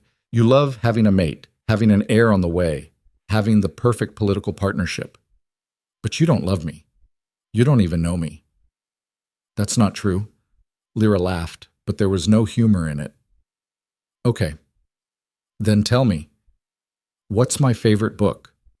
Kael opened his mouth, closed it. His mind went blank. "What's my favorite season?" Lyra pressed. "What am I afraid of? What makes me happy? What do I dream about?" Silence. "You can't answer," Lyra said softly, "because you never asked. In 3 years of marriage, you never once asked me what I wanted out of life beyond being your mate and bearing your children." "I thought you were happy," Kael said, and even as the words left his mouth, he knew how weak they sounded. "You thought I was convenient," Lyra corrected. "I was there when you needed me, quiet when you didn't, and grateful for the scraps of attention you threw my way. That's not happiness, that's survival." Kael felt something crumbling inside him, some foundation he'd built his entire life on revealing itself as sand.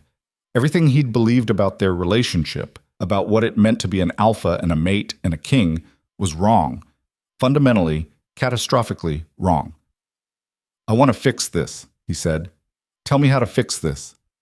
Lyra looked at him for a long moment. Then she shook her head. You can't, she said, because fixing it would require you to become someone you're not.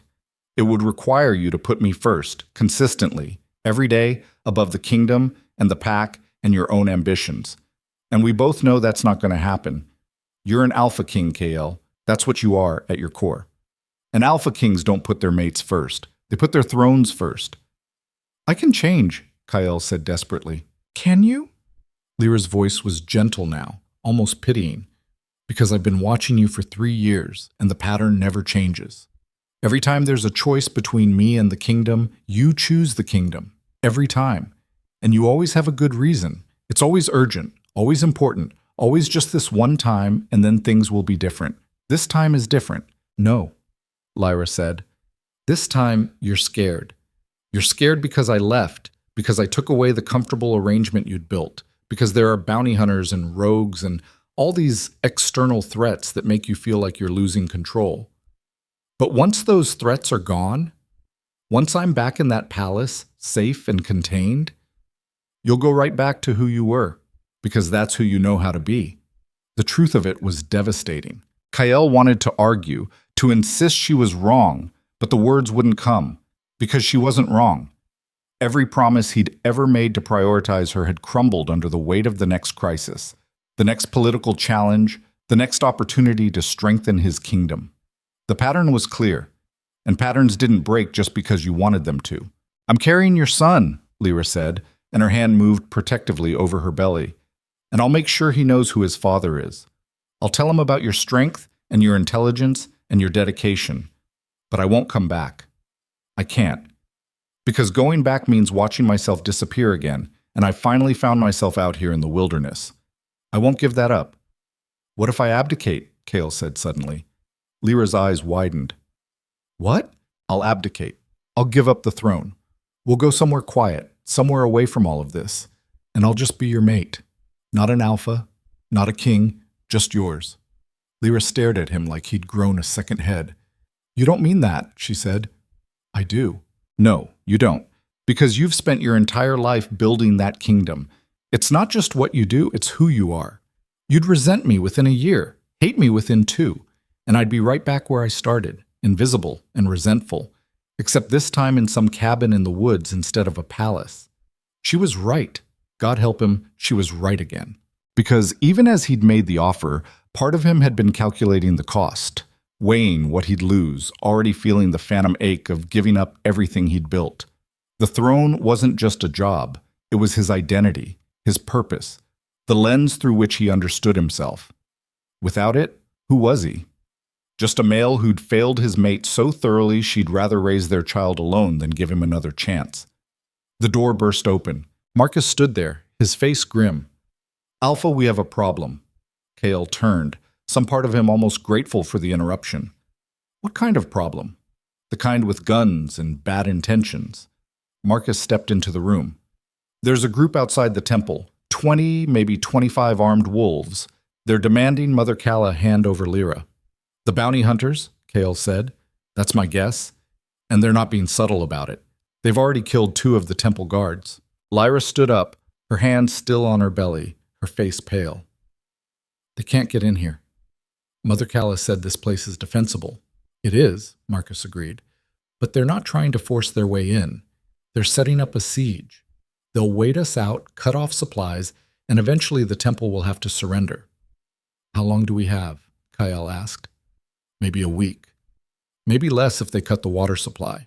Kael's mind was already working through scenarios, calculating odds, mapping escape routes. This is what he was good at. Strategy, tactics, taking an impossible situation and finding a way through it. We need to get her out, he said. Tonight, before they finish setting up the perimeter. I'm not going anywhere with you, Lyra said flatly. Kael turned to face her. You don't have a choice. Those wolves out there are being paid $100,000 for you and our child. They'll wait as long as it takes, and when this temple runs out of food or water, Mother Kala will have to make a choice between protecting you and protecting her people. We both know which one she'll choose. She wouldn't, Lyra said, but her voice wavered. She would, Kael said bluntly. She should. 20 people shouldn't suffer because of one female and her problems. Then I'll turn myself in, Lyra said. I'll go to them. Make a deal. Absolutely not, Kael growled, and his alpha voice rolled through the chamber, making the stones vibrate. You're not going anywhere near those wolves. You don't get to give me orders anymore, Lyra snapped back, and her own power flared, Luna's strength meeting alpha dominance. I'm not your possession. The air between them crackled with competing energies. Marcus cleared his throat. As entertaining as this is, we're wasting time. Alpha, you need to make a decision. We fight our way out, we negotiate, or we wait and hope for a miracle. We can't fight, Kael said, not with Lyra pregnant, and I don't trust anyone outside those walls to negotiate in good faith. Then what? Marcus asked. Then I give them what they want, Kael said slowly, an idea forming. Me. Both Lyra and Marcus spoke at the same time. No. Absolutely not. Kael ignored them. Think about it. They want leverage over the Alpha King. They want money. I can give them both. I'll turn myself over, make sure Lyra gets safe passage out of the territory, and then deal with whoever hired them from the inside. That's suicide, Marcus said flatly. Maybe, Kael agreed. But it gets Lyra and our son to safety. And then what? Lyra demanded. You die a hero and I raise our child alone, knowing you sacrificed yourself because I ran away? Better than both of us dying, Kael said. No, Lyra said. She moved closer, and for the first time since he'd arrived, there was real emotion in her eyes.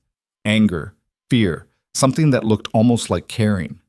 You don't get to do this. You don't get to make up for 3 years of neglect by throwing yourself on a grenade. I'm not trying to make up for anything, Kael said quietly. I'm trying to keep you alive.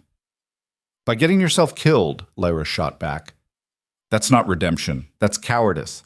The word hit like a slap. Before Kael could respond, one of Mother Kala's guards rushed in. The mercenaries are demanding a parley. They want to speak with whoever's in charge. Tell them I'll speak with them, Kael said. The guard hesitated, looking at Mother Kala, who'd appeared in the doorway. The old woman studied Kael for a moment, then nodded. Very well. But I'm coming with you. This is still my temple. They assembled outside the main gates 10 minutes later. Kael, Mother Kala, Marcus, and 4 of the temple guards. On the other side of the clearing, the mercenaries waited, a wall of armed wolves radiating barely contained violence. Their leader stepped forward. He was younger than Kael expected, maybe early 30s, with cold eyes and a professional demeanor that was somehow more threatening than obvious hostility. I'm Captain Drake, he said. I believe you know why we're here. I do, Kael replied. The bounty on my mate. Not just a bounty, Drake corrected. A contract. Someone wants her very badly, alive and unharmed. The child, too. Who hired you? Kael demanded. That's confidential. I'll pay you double to walk away. Drake smiled. It's not about the money, Alpha. It's about reputation. We take a contract, we fulfill it. Otherwise, we're out of business. Then we have a problem, Kael said. We don't have to. Drake's tone was almost reasonable. Hand over the female, and everyone else walks away. No one else has to die. Not happening. Drake sighed. I was afraid you'd say that. He pulled out a phone, tapped something, then held it up. The screen showed security footage, recent footage, of the Crimson Moon Palace, of Elder Garrett in his private office, talking to someone off screen. The volume was turned up loud enough for everyone to hear. The contract is simple, Garrett's voice crackled through the speaker. Retrieve the female and the child, keep them alive but isolated. The Alpha King will be so desperate to get them back, he'll agree to anything, including stepping down. The other voice, muffled but recognizable as one of the other council members, replied, And if he doesn't step down? Then we have his heir. We can raise the child ourselves, mold him into the kind of alpha we need, one who understands that the council's wisdom matters more than a king's pride. The recording cut off. Kael stood there, frozen, his mind struggling to process what he'd just heard. Elder Garrett. The wolf who'd served his father, who'd guided Kael through his first years as alpha, who'd been at every council meeting for 3 decades, had orchestrated all of this. The bounty, the threats, the siege, all of it designed not to hurt Lyra, but to use her as leverage to remove Kael from power. The old bastard hadn't been trying to protect the kingdom from Kael's distraction. He'd been trying to steal the throne. Drake pocketed the phone. So you see, we're just contractors. The real enemy is sitting in your palace, calling himself your advisor. Now, you can make this easy and hand over the female, or you can make it hard and watch a lot of good wolves die. Your choice. Kael's wolf was roaring for blood, demanding he tear Drake apart and then race back to the kingdom to rip Garrett's throat out. But the cold, calculating part of his brain that had kept him alive through a dozen political crises was already working through the implications. If he went back to confront Garrett, Lyra would be vulnerable here. The mercenaries would take her. If he stayed to protect Lyra, Garrett would consolidate power in the kingdom. By the time Kael made it back, there might not be a throne to return to, and if he tried to fight his way out with Lyra, she could get hurt. The baby could get hurt. There was no good option, just variations of losing. Marcus leaned in close. Alpha, we need to move. Now. Before Kael could respond, another voice cut through the tension. I'll go with you. Everyone turned. Lyra stood in the temple entrance, flanked by 2 guards, her chin up and her eyes hard. If this is about me, then I should have a say. I'll go with you, Captain Drake. Under one condition. Lyra, no, Kael started. She ignored him. You let everyone else leave. The temple, the guards, my mate. They all walk away safe, and I'll come with you peacefully. Drake considered this. And why would you do that? Because I'm tired of people dying because of me, Lyra said simply. Because I don't want this child growing up in a world where its mother's choices got innocent people killed. And because I know how this ends. You're not going to hurt me or the baby. Whoever hired you needs us alive. So I'll cooperate, and you'll get your money, and everyone else stays safe. The logic was sound. The sacrifice was noble. And Kael hated every word of it. No, he said, absolutely not. Lyra finally looked at him, and there was something broken in her eyes. This isn't your choice, Kael. For once in our relationship, this is my decision, and I'm making it. I won't let you do this, Kael said. You don't have the right to stop me, Lyra replied. You gave up that right when you ignored me for 3 years. So I'm going to do what I think is best. For our child. For these people. And maybe even for you. She started walking toward Drake. Kael moved to intercept her, but Marcus grabbed his arm. Don't, the beta said quietly. If you force her to stay, she'll hate you forever. And everything she said in that letter will be proven true. The words stopped Kael cold. Because Marcus was right. If he commanded her to stay, if he used his alpha authority to override her choice, he'd be proving that he still saw her as a possession, that he hadn't learned anything, that his love was just another form of control. But watching her walk toward those mercenaries, watching her put herself in danger to protect everyone else, watching her make the kind of sacrifice an alpha should make, but this time making it for him, it was destroying him. Lyra reached Drake. The mercenary looked almost impressed. You're either very brave or very stupid, he said. Probably both, Lyra replied. Do we have a deal? Drake nodded. We have a deal. He gestured to his wolves. Pack it up. We're leaving. Wait, Kael called out. Drake turned. I'm coming with you, Kael said. Lyra's eyes went wide. Kael, no. If you're taking my mate, you're taking me too, Kael said. Non-negotiable. Drake's smile was predatory. Well, this just got interesting. 2 for the price of 1. I'm sure my employer will be thrilled. Marcus stepped forward. Alpha, this is insane. It's the only play we have. Kael cut him off. He pulled Marcus aside, lowered his voice. Listen to me. You're going to take Torres and Simmons and get back to the kingdom. Expose Garrett. Show that recording to the council. Take him down. And if he fights back? Then you fight harder, Kael said. You're beta. If I don't come back, the throne is yours. Use it. I can't lead the pack, Marcus said. You can. You're the only one I trust to do it right. Now go. That's an order. Marcus's jaw worked. Then he clasped Kael's arm. Don't die on me, you stubborn bastard. Do my best, Kael said. He turned back to Drake. Where are we going? You'll find out when we get there, Drake said. Now both of you, hands out. They were zip-tied and searched for weapons. Kael's knives were confiscated, his phone destroyed. Beside him, Lyra stood rigid and silent, her face pale but her spine straight. As they were led away from the temple, Kael caught her eye. I'm sorry, he said quietly. For what? She asked. For all of it. For not seeing you, for not choosing you, for every single time I put something else first. Lyra was quiet for a moment. Then she said, You know what's funny? I used to dream about you saying those words. Used to imagine exactly how it would feel to hear you apologize, to admit you were wrong. And now that you're saying it, I just feel empty. The words were a gut punch. Because that emptiness meant she was done hoping, done waiting, done caring enough to be hurt by him anymore. They were loaded into the back of an armored transport. The doors slammed shut, cutting off the last of the daylight. In the darkness, Kael could hear Lyra's breathing, quick and shallow, the sound of someone fighting panic. He shifted closer until their shoulders touched. She didn't pull away. Whatever happens, he said quietly, I won't let them hurt you, or our son. That's a promise. Don't make promises you can't keep, Lyra replied. I've broken enough promises to you. I won't break this one. The transport started moving, bouncing over rough terrain, heading toward an unknown destination and an enemy who'd proven willing to betray everything for power. Kael's hands were bound. His weapons were gone. His kingdom was in chaos. His mate hated him. And for the first time in his life, he was completely powerless. But somewhere in that powerlessness, something shifted. Some fundamental understanding that everything he'd built his identity on, power and control and dominance, had all been an illusion. True strength wasn't about commanding others. It was about sacrifice. About putting someone else first even when it cost you everything. Lyra had been trying to teach him that for 3 years. It had taken losing her completely for the lesson to finally sink in.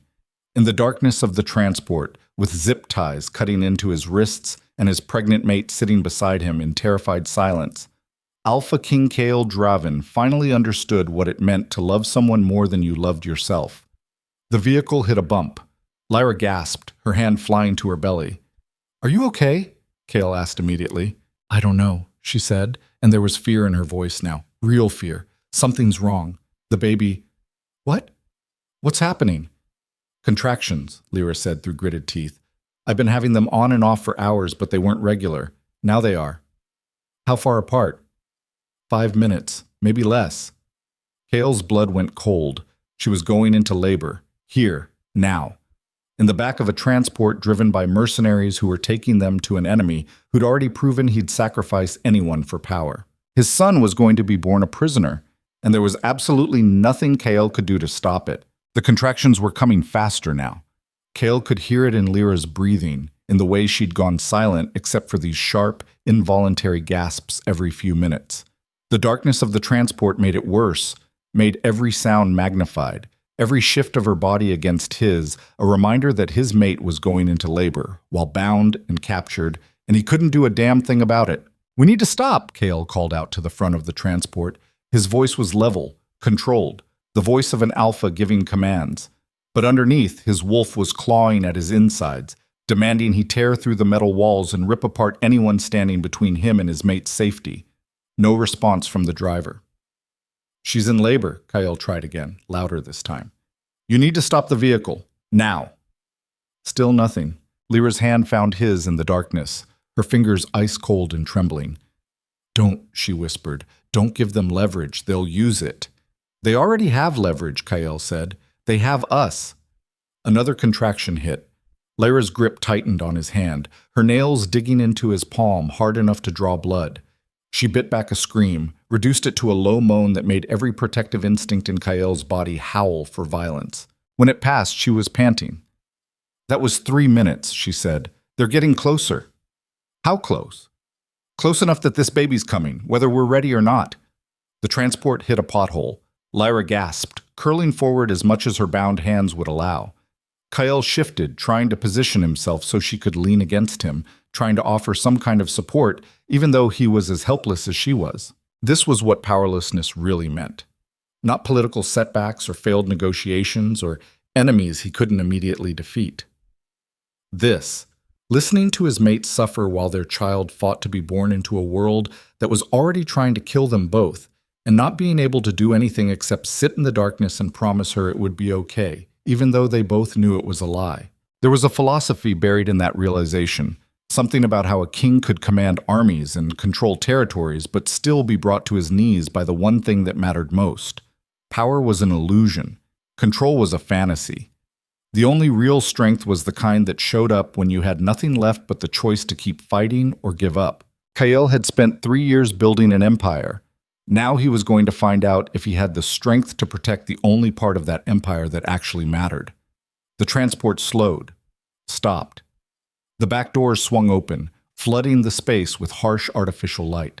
Kael blinked against the brightness, his eyes adjusting to reveal Drake standing there with 4 armed wolves behind him. "Out!" the mercenary captain ordered. "She's in labor," Kael said flatly. "She needs medical attention, and she'll get it. After we deliver you to the client, now move." They were hauled out of the transport roughly. Kael's zip ties were cut just long enough to let him climb down, then immediately replaced with steel cuffs. Beside him, Lyra moved slowly, one hand on her belly, her face pale and slick with sweat. They were in some kind of compound. High walls, guard towers, the whole setup screaming military precision. In the center stood a mansion that looked more like a fortress, all stone and steel and windows that probably cost more than most wolves made in a year. And standing on the front steps, flanked by a dozen guards, was Elder Garrett. The old wolf looked exactly the same as he had at every council meeting Kael had ever attended. Neat suit, silver hair combed back, that expression of patient condescension that made it clear he thought everyone around him was slightly stupid. "Alpha King Kael," Garrett said, his voice dripping false warmth. "How good of you to join us. And you brought your lovely mate. How convenient." Kael's wolf surged forward, demanding blood, demanding he shift right here and tear the traitor's throat out. But he forced it down, forced himself to think tactically. He needed to understand the situation before he acted. "You orchestrated all of this," Kael said. "The bounty, the siege, all to get leverage over me." "Not just leverage," Garrett corrected. "Replacement. You've become a liability, Kael. Too emotional, too distracted. The kingdom needs an alpha who understands that duty comes before personal attachments. So you decided to kidnap my pregnant mate and force me off the throne. Kidnap is such an ugly word. I prefer strategic acquisition." "Call it whatever you want," Kael growled. "It's still treason." Garrett smiled. "Treason implies I'm betraying my king. But you stopped being my king the moment you let personal weakness compromise your judgment. A true alpha would never have let his mate run away in the first place. And he certainly wouldn't have abandoned his kingdom to chase after her like some lovesick pup." The words were designed to cut, to make Kael doubt himself. And 3 weeks ago, they might have worked. 3 weeks ago, Kael had believed all the same things Garrett was saying. That emotion was weakness, that personal attachments compromised leadership, that a true alpha sacrificed everything, including his own happiness, for the good of the pack. But standing here in this compound with his pregnant mate beside him and a traitor in front of him, Kael understood something fundamental that Garrett never would.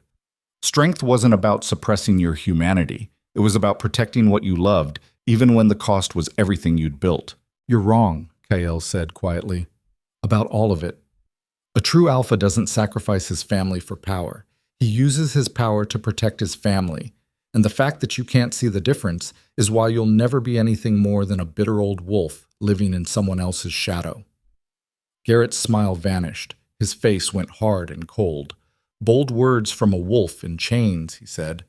"Let's see how bold you are when I'm raising your son to be the alpha you failed to become."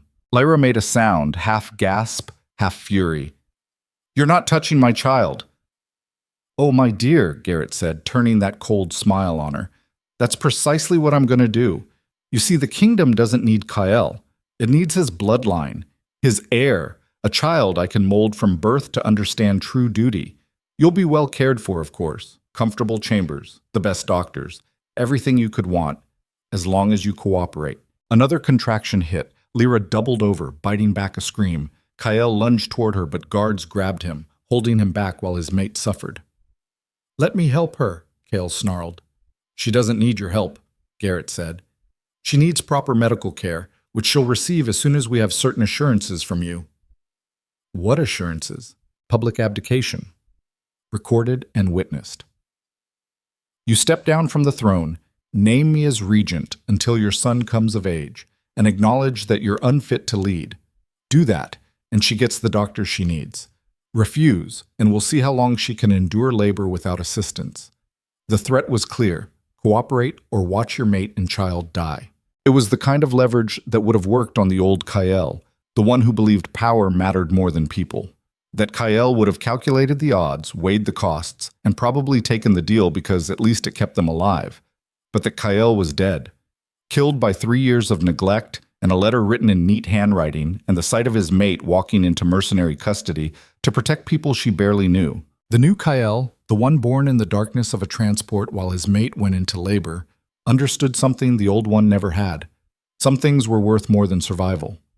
No, Kael said. Garrett's eyebrows rose. No? You heard me. I won't abdicate. I won't legitimize your coup.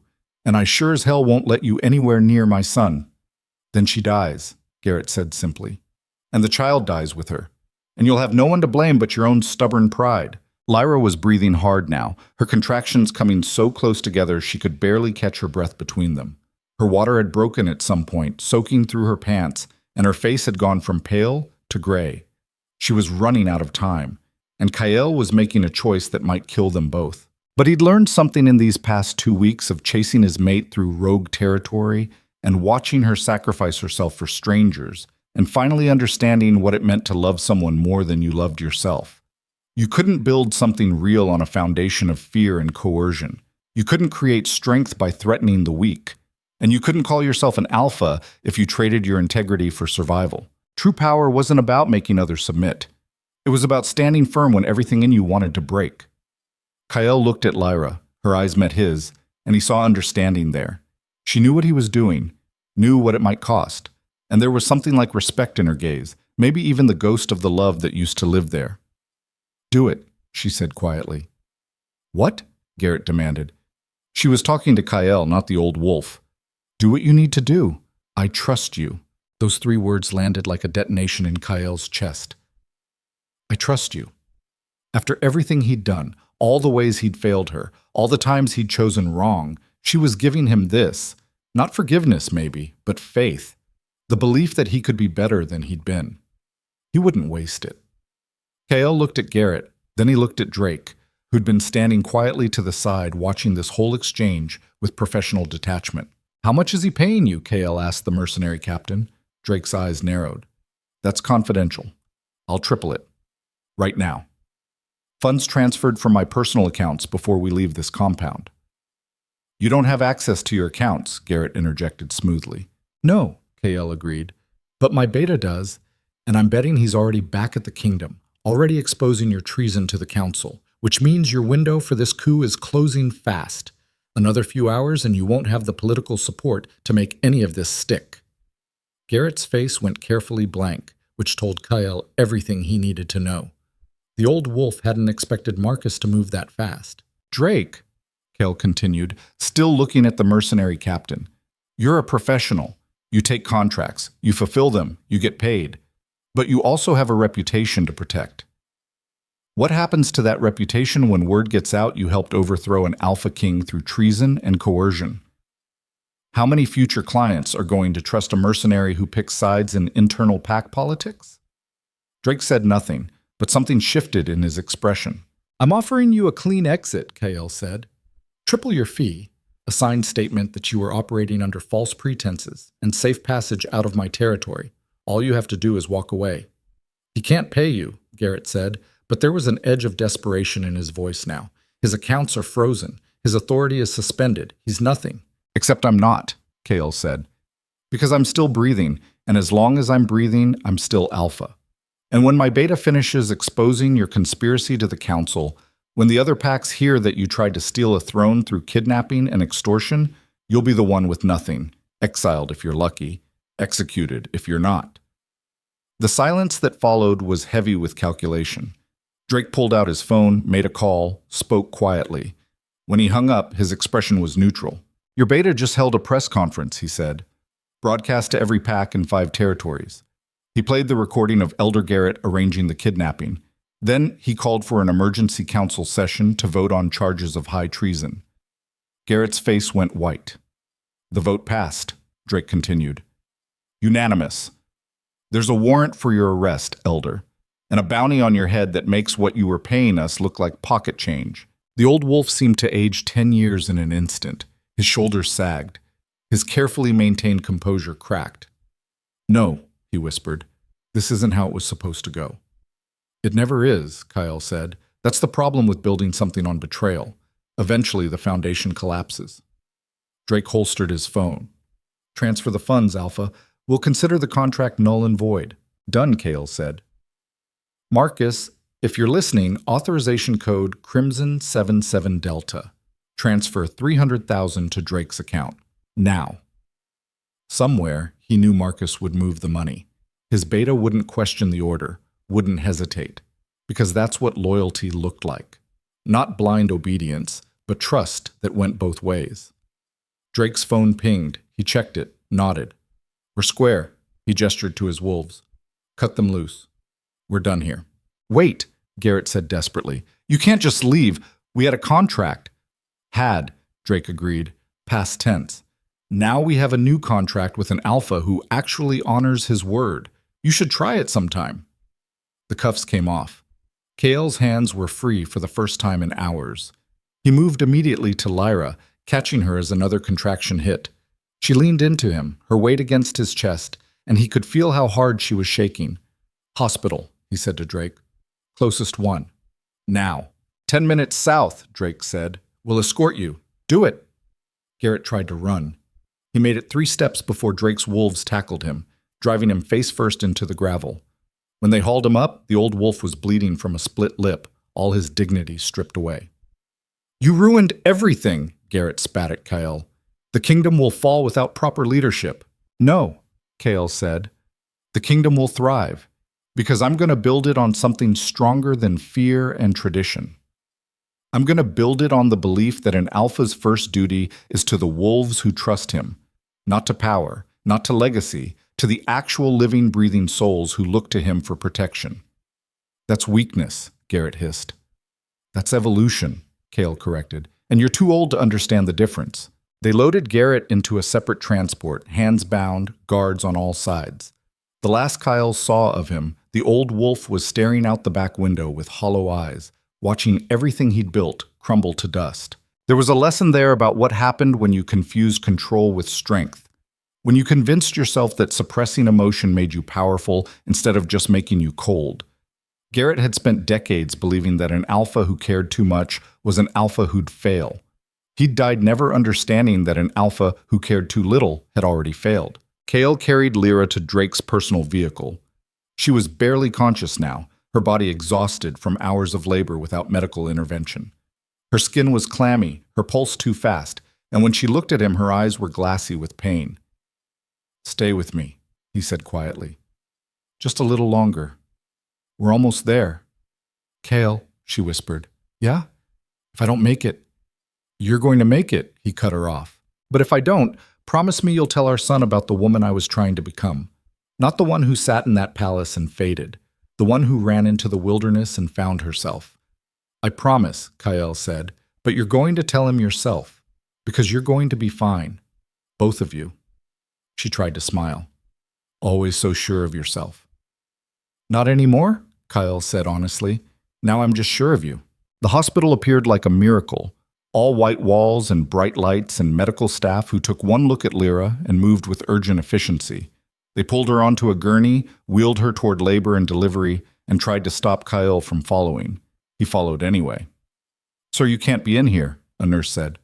I'm her mate, Kale said. I'm not leaving. The nurse looked like she wanted to argue, but something in Kyle's eyes made her reconsider. Fine, but stay out of the way. The delivery room was controlled chaos. Monitors beeping, nurses calling out numbers. A doctor in scrubs checking Lyra's vitals and speaking in calm, professional tones that didn't quite hide the urgency underneath. She's fully dilated, the doctor said. Baby's in distress. Heart rate's dropping. We need to get this child out now. Lyra was barely conscious, her head lolling to the side. Kale moved to her side, took her hand, squeezed it hard enough that she opened her eyes. Hey, he said, I need you to focus. Can you do that for me? Tired, she mumbled. I know, But our son needs you to be strong just a little bit longer, and then you can rest. I promise. Can't. Yes, you can. You're the strongest wolf I've ever met. You survived 3 years with me. You survived rogue territory. You survived a kidnapping while in labor. You can survive this. Something flickered in her eyes. Not strength, not quite, but stubborn refusal to quit even when everything in her wanted to give up. Okay, she whispered. Okay. The next 20 minutes were the longest of Kael's life. He watched Lyra push with everything she had left, watched the monitors spike and fall, watched the medical team work with practiced precision to bring their child into the world. He held her hand and whispered encouragement and tried not to think about all the ways this could still go wrong. And then there was crying. Not Lyra's crying. Their son's. The doctor lifted a small, squirming, furious bundle and held him up. It's a boy. Healthy lungs, good color, strong heartbeat. Kael stared at his son and felt something fundamental shift in his understanding of the universe. This tiny creature, covered in blood and vernix and screaming his rage at being forced into existence, was his. Part of him, part of Lyra, a whole new person who'd never existed before this moment. The weight of that responsibility was crushing. Every decision Kael made from this point forward would shape this child's life. Every failure, every success, every choice would ripple outward and affect this small wolf who couldn't even open his eyes yet but was already completely dependent on him. It was terrifying. It was perfect.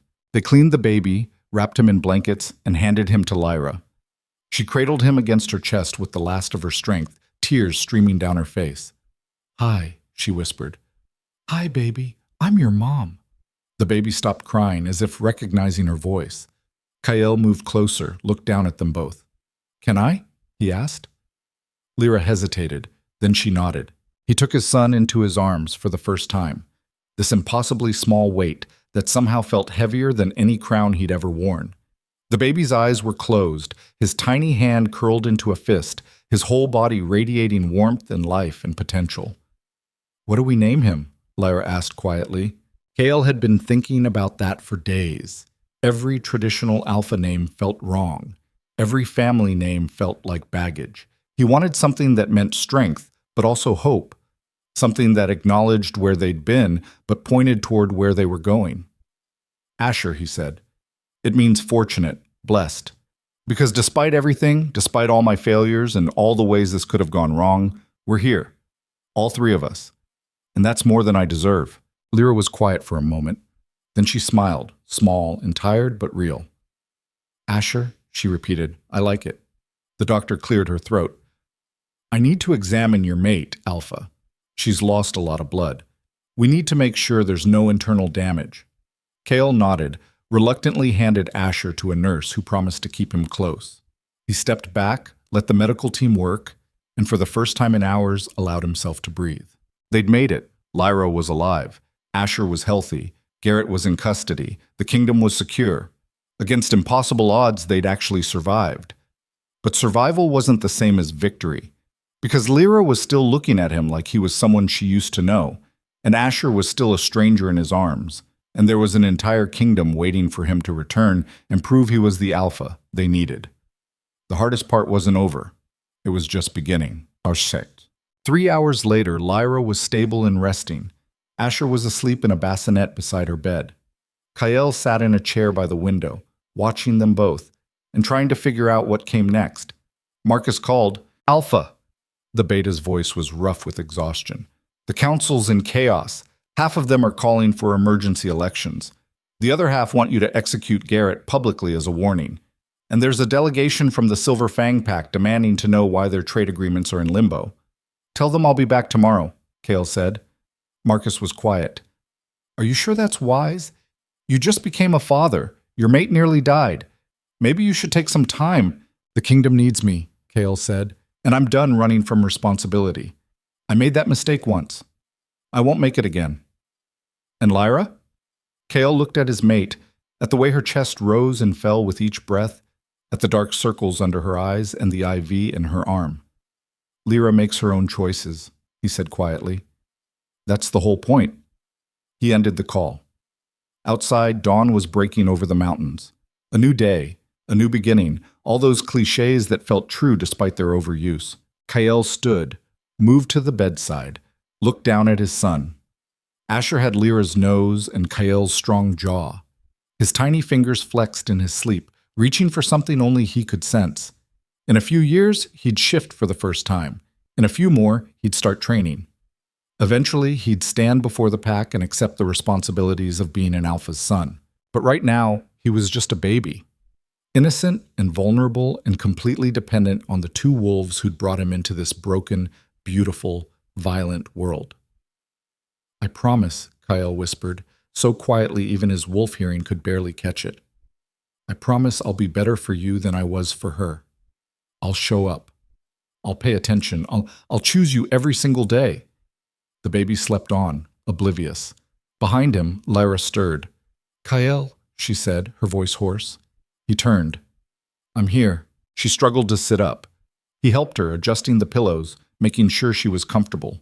When she was settled, she looked at him with those green eyes that had once looked at him with love, and now looked at him with something more complicated. Something that included hurt and respect and exhaustion. And maybe the faintest possibility of forgiveness if he earned it over years instead of expecting it in weeks. "What happens now?" she asked. "Now I go back to the kingdom," Kael said. "I deal with Garrett. I stabilize the council. I prove to everyone that I can be the alpha they need without sacrificing the mate I love. And what if you can't? What if it's impossible to be both? Then I figure out how to make it possible," Kael said. "Because giving up isn't an option anymore. Not when I have this." He gestured to Asher, to her, to the family they'd created despite everything working against them. Lyra was quiet for a long moment. "I'm not coming back with you," she said finally. "Not yet. Maybe not ever. I need time. I need to know that this change in you is real and not just a reaction to crisis.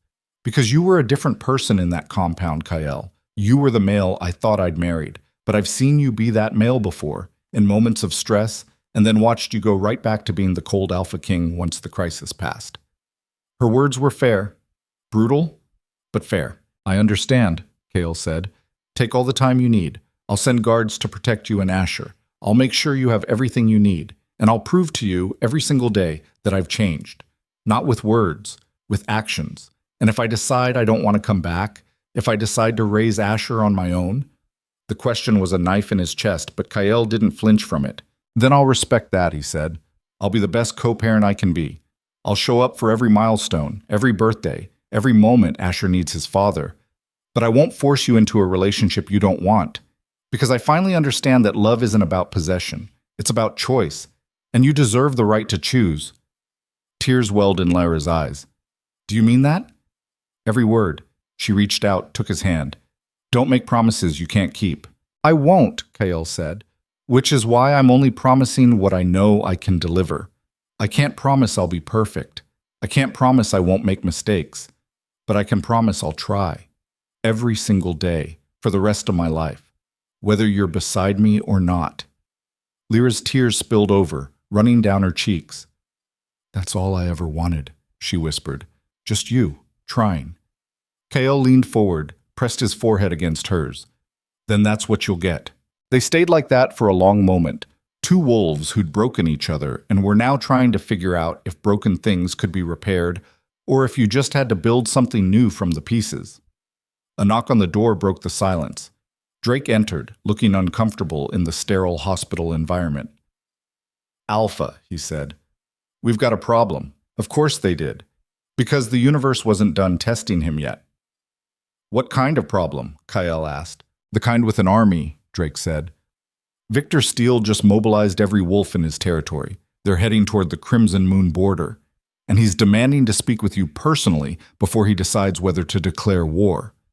Kael closed his eyes, took a deep breath, and tried to find the strength to deal with one more crisis when all he wanted was to stay in this room with his family and pretend the rest of the world didn't exist. But that wasn't an option. That's what it meant to be alpha. To stand between your pack and the darkness over and over until the day you couldn't stand anymore. "How long do I have?" Kael asked. "He's giving you 12 hours, Drake said. "After that, he crosses the border with hostile intent." Kael looked at Lyra. "Go. she said quietly. Do what you need to do. I'll come back, he promised. I know, she said, and for the first time in 3 years, I actually believe you. Kael kissed Asher's forehead, kissed Lyra's hand, and walked out of that hospital room, knowing that the next 12 hours would determine not just the fate of his kingdom, but the fate of everything he'd fought so hard to protect. Victor Steele wanted to talk. Fine. They'd talk. And if talking failed, they'd fight. Either way, Kael was done running from the consequences of his choices. It was time to face them head on and prove once and for all that an alpha could be strong enough to protect his kingdom and soft enough to love his family, even if it killed him. Victor Steele's army looked like something out of a nightmare. 200 wolves, maybe more, spread across the ridge overlooking the Crimson Moon border. They weren't in formation, didn't need to be. This wasn't a military force. This was a horde, each wolf battle-scarred and feral-looking, the kind who'd survived in rogue territory by being meaner and tougher than everything trying to kill them. Kael stood on his side of the border with Marcus and 20 of his best warriors. The numbers weren't even close to fair, but fair had stopped mattering the moment Kael decided that protecting what he loved was worth more than protecting himself. Victor stood at the front of his force, arms crossed, that same expression of bored amusement he'd worn back in his territory. But there was something different in his eyes now, something harder, more personal. Alpha King, the rogue leader called out. Nice of you to show up. You gave me 12 hours, Kael replied. I'm here in 6. Let's talk. Victor gestured to a neutral space between the two forces. No weapons, just you and me. Marcus grabbed Kael's arm. This is a trap. Probably, Kael agreed, but we're going anyway. He stripped off his weapons, knives, gun, even the small blade he kept in his boot, handed them all to Marcus, and walked into no man's land wearing nothing but jeans and a shirt still stained with his mate's blood from the hospital. Victor met him there, equally unarmed, and for a moment they just stood facing each other while two armies waited to see if this would end in words or violence. You made quite a mess, Victor said finally. Not intentionally. Never is. Victor pulled out a cigarette, offered one to Kael. The Alpha King shook his head. Victor shrugged and lit his own. I heard about what happened with Garrett. Heard you took down your own elder council member for treason. That took guts. It took necessity, Kael corrected. He was going to use my mate and child as leverage. I couldn't let that stand. No, you couldn't. Victor took a long drag. But here's the thing. That little coup attempt, it didn't just affect your kingdom. Word spread. Every rogue pack from here to the coast heard that the great Alpha King Kael Draven had his mate kidnapped right out from under him, that his own council betrayed him, that for a few days there, your throne was up for grabs. And now they're wondering if the throne's still weak, Kael said. Exactly. Victor's smile was sharp. See, I've spent 20 years building a territory in the north. No laws, no pack structure, just strength and survival. And it's been good. But lately, some of my wolves have been asking why we're staying up in the frozen wasteland when there's perfectly good territory down here in the south. Territory that might not be as well defended as it used to be. So you're here to invade, Kael said. I'm here to find out if you're still the alpha who crushed 3 challengers in 1 year, or if you're the broken wolf who let his mate run away. The distinction mattered. In the world these wolves inhabited, perception was reality. If Kael looked weak, he was weak. And weak alphas didn't keep their territories for long. There was a philosophy buried in that brutal truth. Power wasn't just about what you could do. It was about what others believed you could do. Reputation, fear, respect, all of it built on the foundation of wolves looking at you and deciding whether to submit or fight. Kael had spent 3 years cultivating that reputation, making himself into something untouchable. And then Lyra had left, and the whole carefully constructed image had cracked wide open to reveal the lonely, desperate male underneath. Now he had to decide who he was going to be, the image or the reality.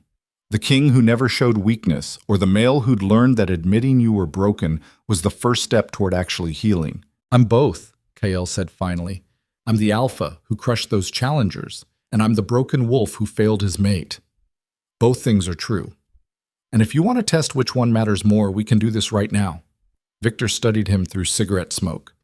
You know I've got 200 wolves, and you've got 20. I know. You know you'll lose. Maybe. Kael's voice was steady. But you'll lose wolves too. Good wolves. Wolves who trust you to make smart decisions instead of throwing them into a meat grinder just to prove a point. And when it's over, when you've taken my territory and killed my warriors, you'll have to explain to your pack why 50 of them died for a kingdom you didn't even need. Victor's eyes narrowed. Who says I don't need it? Because you're not stupid, Kael said. You've survived 20 years in rogue territory by being smart, not reckless. You know that taking Crimson Moon by force would unite every pack in 5 territories against you. They'd see you as a threat to the established order. Within a year, you'd be fighting wars on 3 fronts, and your northern territory would collapse while you were trying to hold the south. So what are you proposing? Alliance, Kael said. You want legitimacy. You want your wolves to have access to trade routes and medical care and all the benefits that come with being part of the pack structure instead of outside it. I can give you that. In exchange, you give me your support. You acknowledge me as Alpha King, and I acknowledge you as Lord of the Northern Territories. We establish trade agreements, mutual defense pacts, and we both benefit. Victor laughed, but it wasn't mocking, just surprised. You're offering me a seat at the table. I'm offering you what you actually want instead of making you fight for what you don't need. The rogue leader was quiet for a long moment. Then he dropped his cigarette, ground it out under his boot. I came here expecting to either make you submit or tear your throat out, he said. I didn't expect a negotiation. That's because most alphas are too proud to negotiate, Kael said. They see it as weakness. But I've learned something these past few weeks. Strength isn't about never bending. It's about knowing when bending prevents you from breaking. Victor studied him with new respect. You really have changed. Had to, Kael said simply. The alternative was losing everything that mattered. The rogue leader extended his hand. All right, Alpha King, you've got yourself a deal. But I want it in writing. I want formal recognition from your council, and I want the trade routes open within 6 months. Done, Kael said and shook his hand. Behind them, 2 armies stood down. The tension that had been building toward violence dissipated like smoke, and Kael felt something loosen in his chest, some knot he'd been carrying since the moment he'd read Lyra's letter. He'd chosen diplomacy over dominance, partnership over conquest, and it had worked, not because he was weak, but because he was finally strong enough to choose a different kind of strength. Victor turned to leave, then paused. One more thing, he said. Your mate, the one who ran. You get her back? Not yet, Kael admitted. Maybe not ever. That's her choice to make. Victor nodded slowly. Then you'd better earn it, because a female like that, strong enough to walk away from an Alpha King, is worth more than any throne. I know, Kael said. And with that, Victor Steele and his 200 wolves turned and marched back north, leaving Kael standing on the border between his kingdom and the wilderness his mate had fled into. Marcus approached, his expression unreadable. You just made an alliance with the most dangerous rogue pack in the territories. I did, Kael agreed, and it was the right call. The council is going to lose their minds. Let them. Kael turned to face his beta. I'm done making decisions based on what the council wants. From now on, I make decisions based on what's right. And if the council can't handle that, they can find themselves a new king. Marcus's lips twitched into something that might have been a smile. You really have changed. Yeah, Kael said quietly. I really have. They walked back to the vehicles in silence. Kael's mind was already racing ahead, cataloging everything that needed to be done. Return to the kingdom. Address the council. Formalize the alliance with Victor. Deal with the fallout from Garrett's treason. Rebuild the systems that had allowed corruption to fester for so long. And through all of it, prove to Lyra that he meant what he said. That he'd changed not just for her, but because of her. That the male she'd loved was still in there somewhere, buried under years of cold ambition, finally clawing his way back to the surface. It was going to take time. Months, maybe years. But Kael had learned patience in a way he'd never understood before. He'd learned that some things couldn't be forced or commanded into existence. They had to be earned through consistent action over time. And he had time. All the time in the world, as long as he didn't waste it. 3 months later, Kael stood in the rebuilt council chambers and looked at the faces of the wolves who'd served as his advisors for 3 years. Half of them were new. The ones who'd been complicit in Garrett's conspiracy had been removed, some exiled, some imprisoned. The replacements were younger, hungrier, less attached to the old ways of doing things. Marcus sat at Kael's right hand, officially named First Beta, with full authority to act in the Alpha's absence. To his left sat an empty chair, Lyra's chair, the Luna's seat. It had remained empty for 3 months, and Kael had refused to fill it or remove it. Some of the council had pushed him to declare the position vacant, to find a new mate who would actually fulfill the duties of Luna. But Kael had shut that down immediately. There was one Luna of Crimson Moon. Her name was Lyra. And the seat would stay empty until she chose to fill it or told him definitively she never would. Today's session was routine. Trade agreements with the Silver Fang Pack, border security reports, a dispute between 2 minor packs that needed mediation, the kind of administrative work that used to bore Kael to tears. But he'd learned to see it differently now. Each decision affected real wolves with real lives. The trade agreements meant families could eat. The border security meant pups could sleep safely. The mediation meant 2 packs could avoid a war that would cost lives on both sides.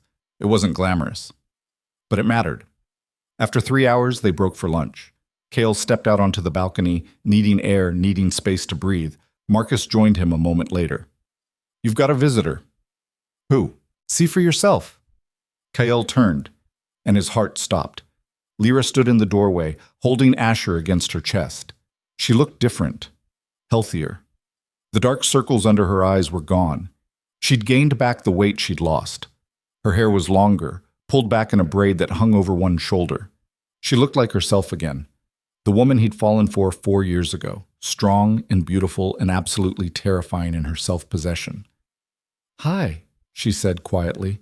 "Hi," Kael managed. His throat felt tight. "What are you doing here? I came to see how you're doing." She moved onto the balcony, and Kael caught Asher's scent, milk and innocence and something uniquely his son. The baby had grown. His eyes were open now, bright and curious, tracking movement with that intense focus pups had. "I'm good," Kael said. "Busy, trying to fix everything I broke. I heard about the alliance with Victor. That was smart. It was necessary. Still smart." Lyra shifted Asher to her other arm. "I also heard you've been making changes to the pack laws, limiting the council's power, establishing protections for mates who want to leave abusive situations, creating resources for wolves struggling with the pressures of pack life." "I have," Kael confirmed. "Turns out there were a lot of wolves suffering in silence because they didn't think anyone would listen. I'm trying to change that. It's good work," Lyra said. "Important work." "Thanks." They stood in awkward silence for a moment. 3 months ago, Kael would have tried to fill that silence with words, with explanations, with promises designed to bridge the gap between them. But he'd learned that sometimes silence was its own form of communication. Sometimes you just had to stand in the discomfort and let the other person come to you in their own time. Finally, Lyra spoke. "I've been watching you. From a distance. I have wolves who keep me updated on what's happening in the kingdom. And Kael, you've kept every promise you made. You've shown up. You've changed. You've proven that the male I saw in that compound wasn't just a crisis response. It's who you actually are now." "I'm trying," Kael said. "Every day. That's all I can do." "I know." Lyra looked down at Asher. "And he deserves to know his father, the real one, not the stories I tell him. So I'm here to ask if you want to be involved in his life." "Yes," Kael said immediately. "More than anything." "It won't be easy," Lyra warned. "I'm still not ready to come back to the palace. I'm still not sure if I ever will be. So if you want to be part of his life, you'll have to come to us. You'll have to make time in your schedule. You'll have to prioritize him over council meetings and political obligations." "I will," Kael said. "I'll make it work." Lyra searched his face, then she nodded. "Okay, we'll start slow, a few hours a week, see how it goes." "Thank you," Kael said, and the words felt inadequate. "Thank you for giving me a chance." "Don't thank me yet," Lyra said. "You still have to prove yourself." "But Kael, I want you to prove yourself. I want this to work. Because despite everything, despite all the hurt and all the years of feeling invisible, I never stopped loving you. I just stopped believing you could love me back."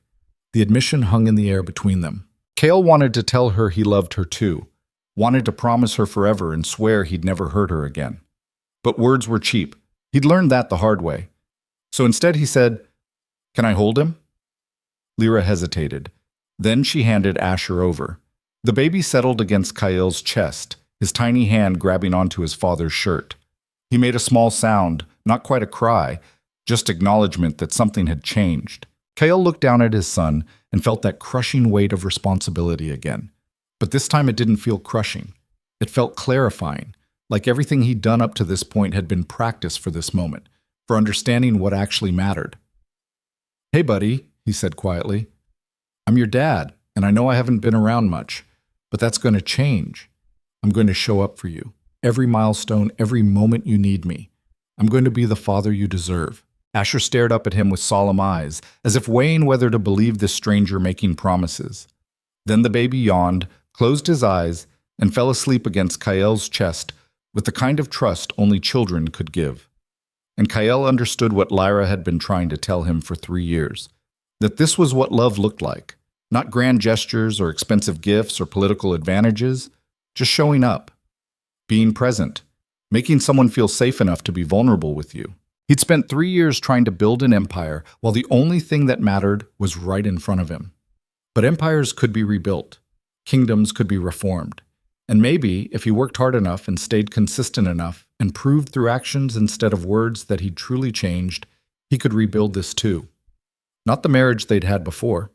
That was dead, burned to ash by neglect and loneliness and all the ways they'd failed each other. But maybe something new.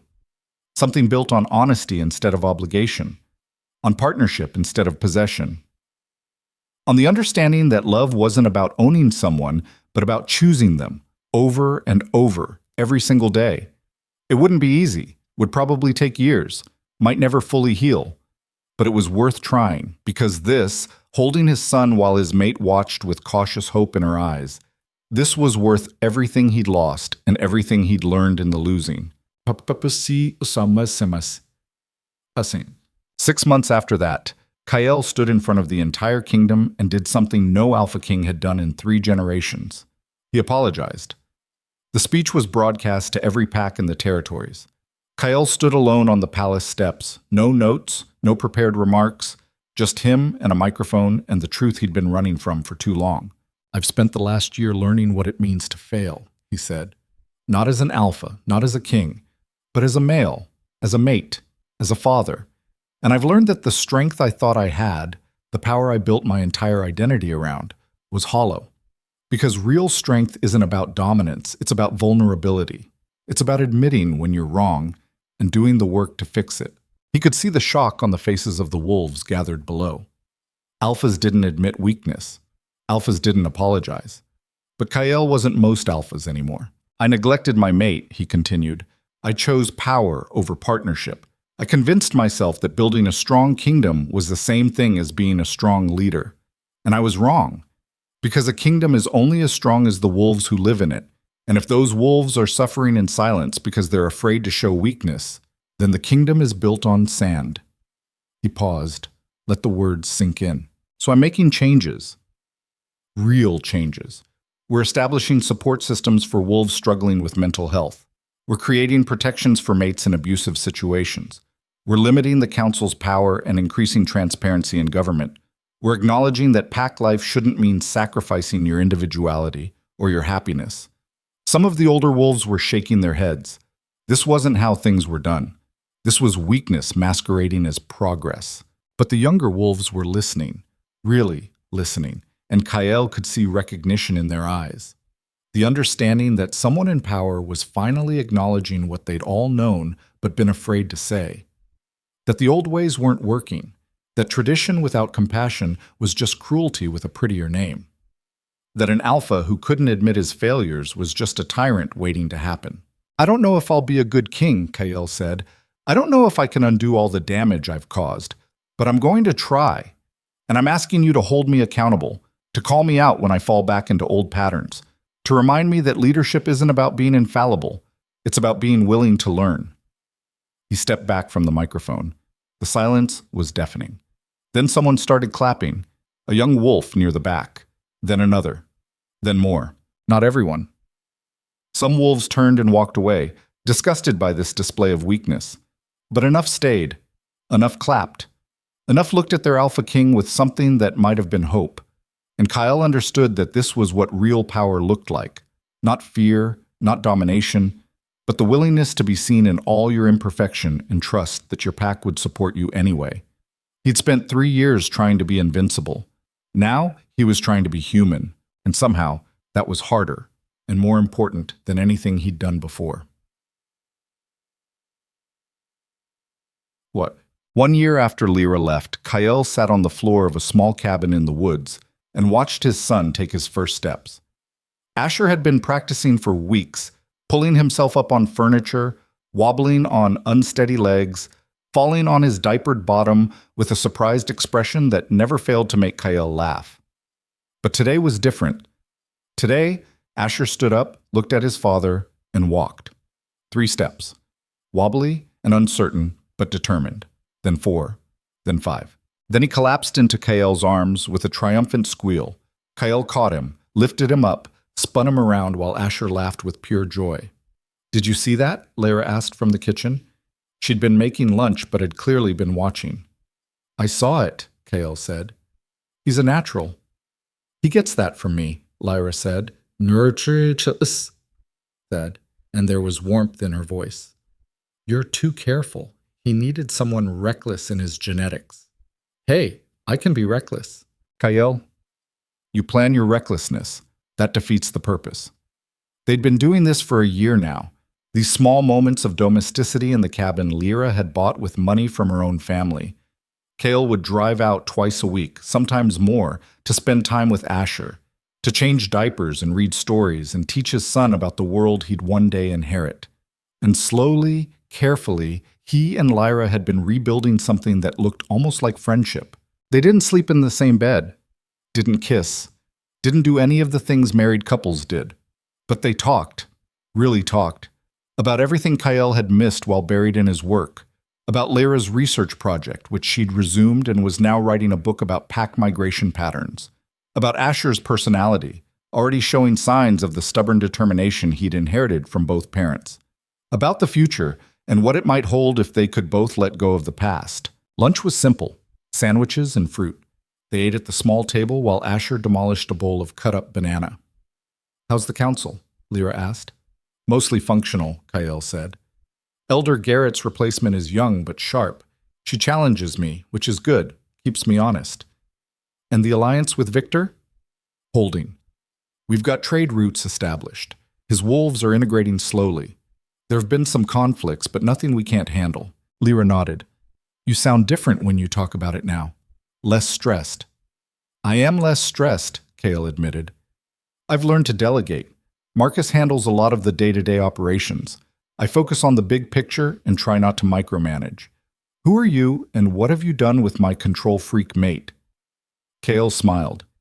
"He died about a year ago. I'm what grew back." Lyra's expression softened. "I'm proud of you. For what it's worth, you've done real work, not just on the kingdom, on yourself." "Thank you," Kyle said quietly. They finished lunch in comfortable silence. Kale cleaned up while Lyra put Asher down for his nap. When she came back, she looked nervous. "What's wrong?" Kale asked. "Nothing's wrong. I wanted to talk to you about something." "Okay." Lyra sat down, folded her hands on the table. "I've been thinking about us, about what we are and what we could be." Kale's heart rate kicked up, but he stayed quiet, letting her talk. "This past year has been good," Lyra continued. "Really good. You've shown up. You've been consistent. You've proven that you meant what you said. And I think I'm ready to try again, not to go back to what we were, but to build something new." "What does that look like?" Kyle asked carefully. "I don't know yet," Lyra admitted. "Maybe we start by dating. Actually dating, like we did before we got married. Getting to know each other again. Figuring out who we are now instead of who we were." "I'd like that," Kale said. "And maybe eventually, if it works, we talk about me coming back. Not to be Luna, not to play a role, but to be your partner, your equal, the person you actually choose instead of the person you're obligated to." "You were never an obligation," Kale said. Lyra's smile was sad. "I was." for a long time. But I don't want to be anymore. I want to be your choice, and I want you to be mine. Not because we're bound by mate bonds or pack law, but because we actually want each other. Kael reached across the table, took her hand. I do want you. I've always wanted you. I just didn't know how to show it in a way that mattered. Then show me now, Lyra said. Show me every day, and we'll figure out the rest as we go. Deal, Kael said. They sat there holding hands across the table, and Kael felt something he hadn't felt in years. Hope. Not the desperate hope of someone trying to fix an unfixable situation, but the quiet hope of someone who'd done the work, made the changes, and was finally seeing the possibility of something better on the horizon. It wouldn't be perfect. They'd still fight, still have days where the old wounds reopened and they had to navigate through pain to find each other again. But that was okay, because perfection was a lie sold by wolves who'd never had to rebuild something from ruins. Real love was messy, complicated, required constant effort and communication and the willingness to choose each other even when it would be easier to walk away. And Kael was finally ready for real love. Not the fantasy version, the actual work of it. Outside the cabin window, snow was starting to fall. The first of the season. It covered the ground in a blanket of white, transforming the landscape into something new. Kael watched it fall and thought about transformations. About how sometimes you had to let the old version of yourself die before something better could grow. About how the hardest lessons were the ones that broke you open and forced you to rebuild from the inside out. He'd been broken, thoroughly and completely. But in the breaking, he'd found something he'd been missing his entire life. Himself. The real version. Not the Alpha King, not the cold strategist, just Kael. A male who loved his mate and his son and was willing to do whatever it took to protect them. Even if that meant admitting he'd been wrong, even if that meant changing everything about how he'd lived his life. Especially that. Because in the end, the throne didn't matter. The kingdom didn't matter. Power and legacy, and all the things he'd sacrificed for didn't matter. Only this mattered. This cabin, this woman, this child, this choice to keep showing up every single day and prove through actions instead of words that he'd become the male worthy of the family he'd almost lost. Asher woke from his nap crying. Lyra started to get up, but Kael waved her off. I've got him, he said. He went to the nursery, picked up his son, held him close while the baby settled against his chest. Asher's crying turned to hiccups, then to silence, then to the soft breathing of a child who felt safe enough to be vulnerable. And Kael stood there, in the fading afternoon light, holding his son, and made a promise. Not to be perfect, not to never fail, but to keep trying, to keep showing up, to keep choosing love over power, partnership over possession, presence over prestige, to be better tomorrow than he was today, and the day after that to be better still. It was the only promise that mattered, the only one worth keeping. And as the snow fell outside and his son breathed against his chest and his mate hummed softly in the kitchen, Alpha King Kael Draven finally understood what it meant to be truly powerful. Not through domination, but through love.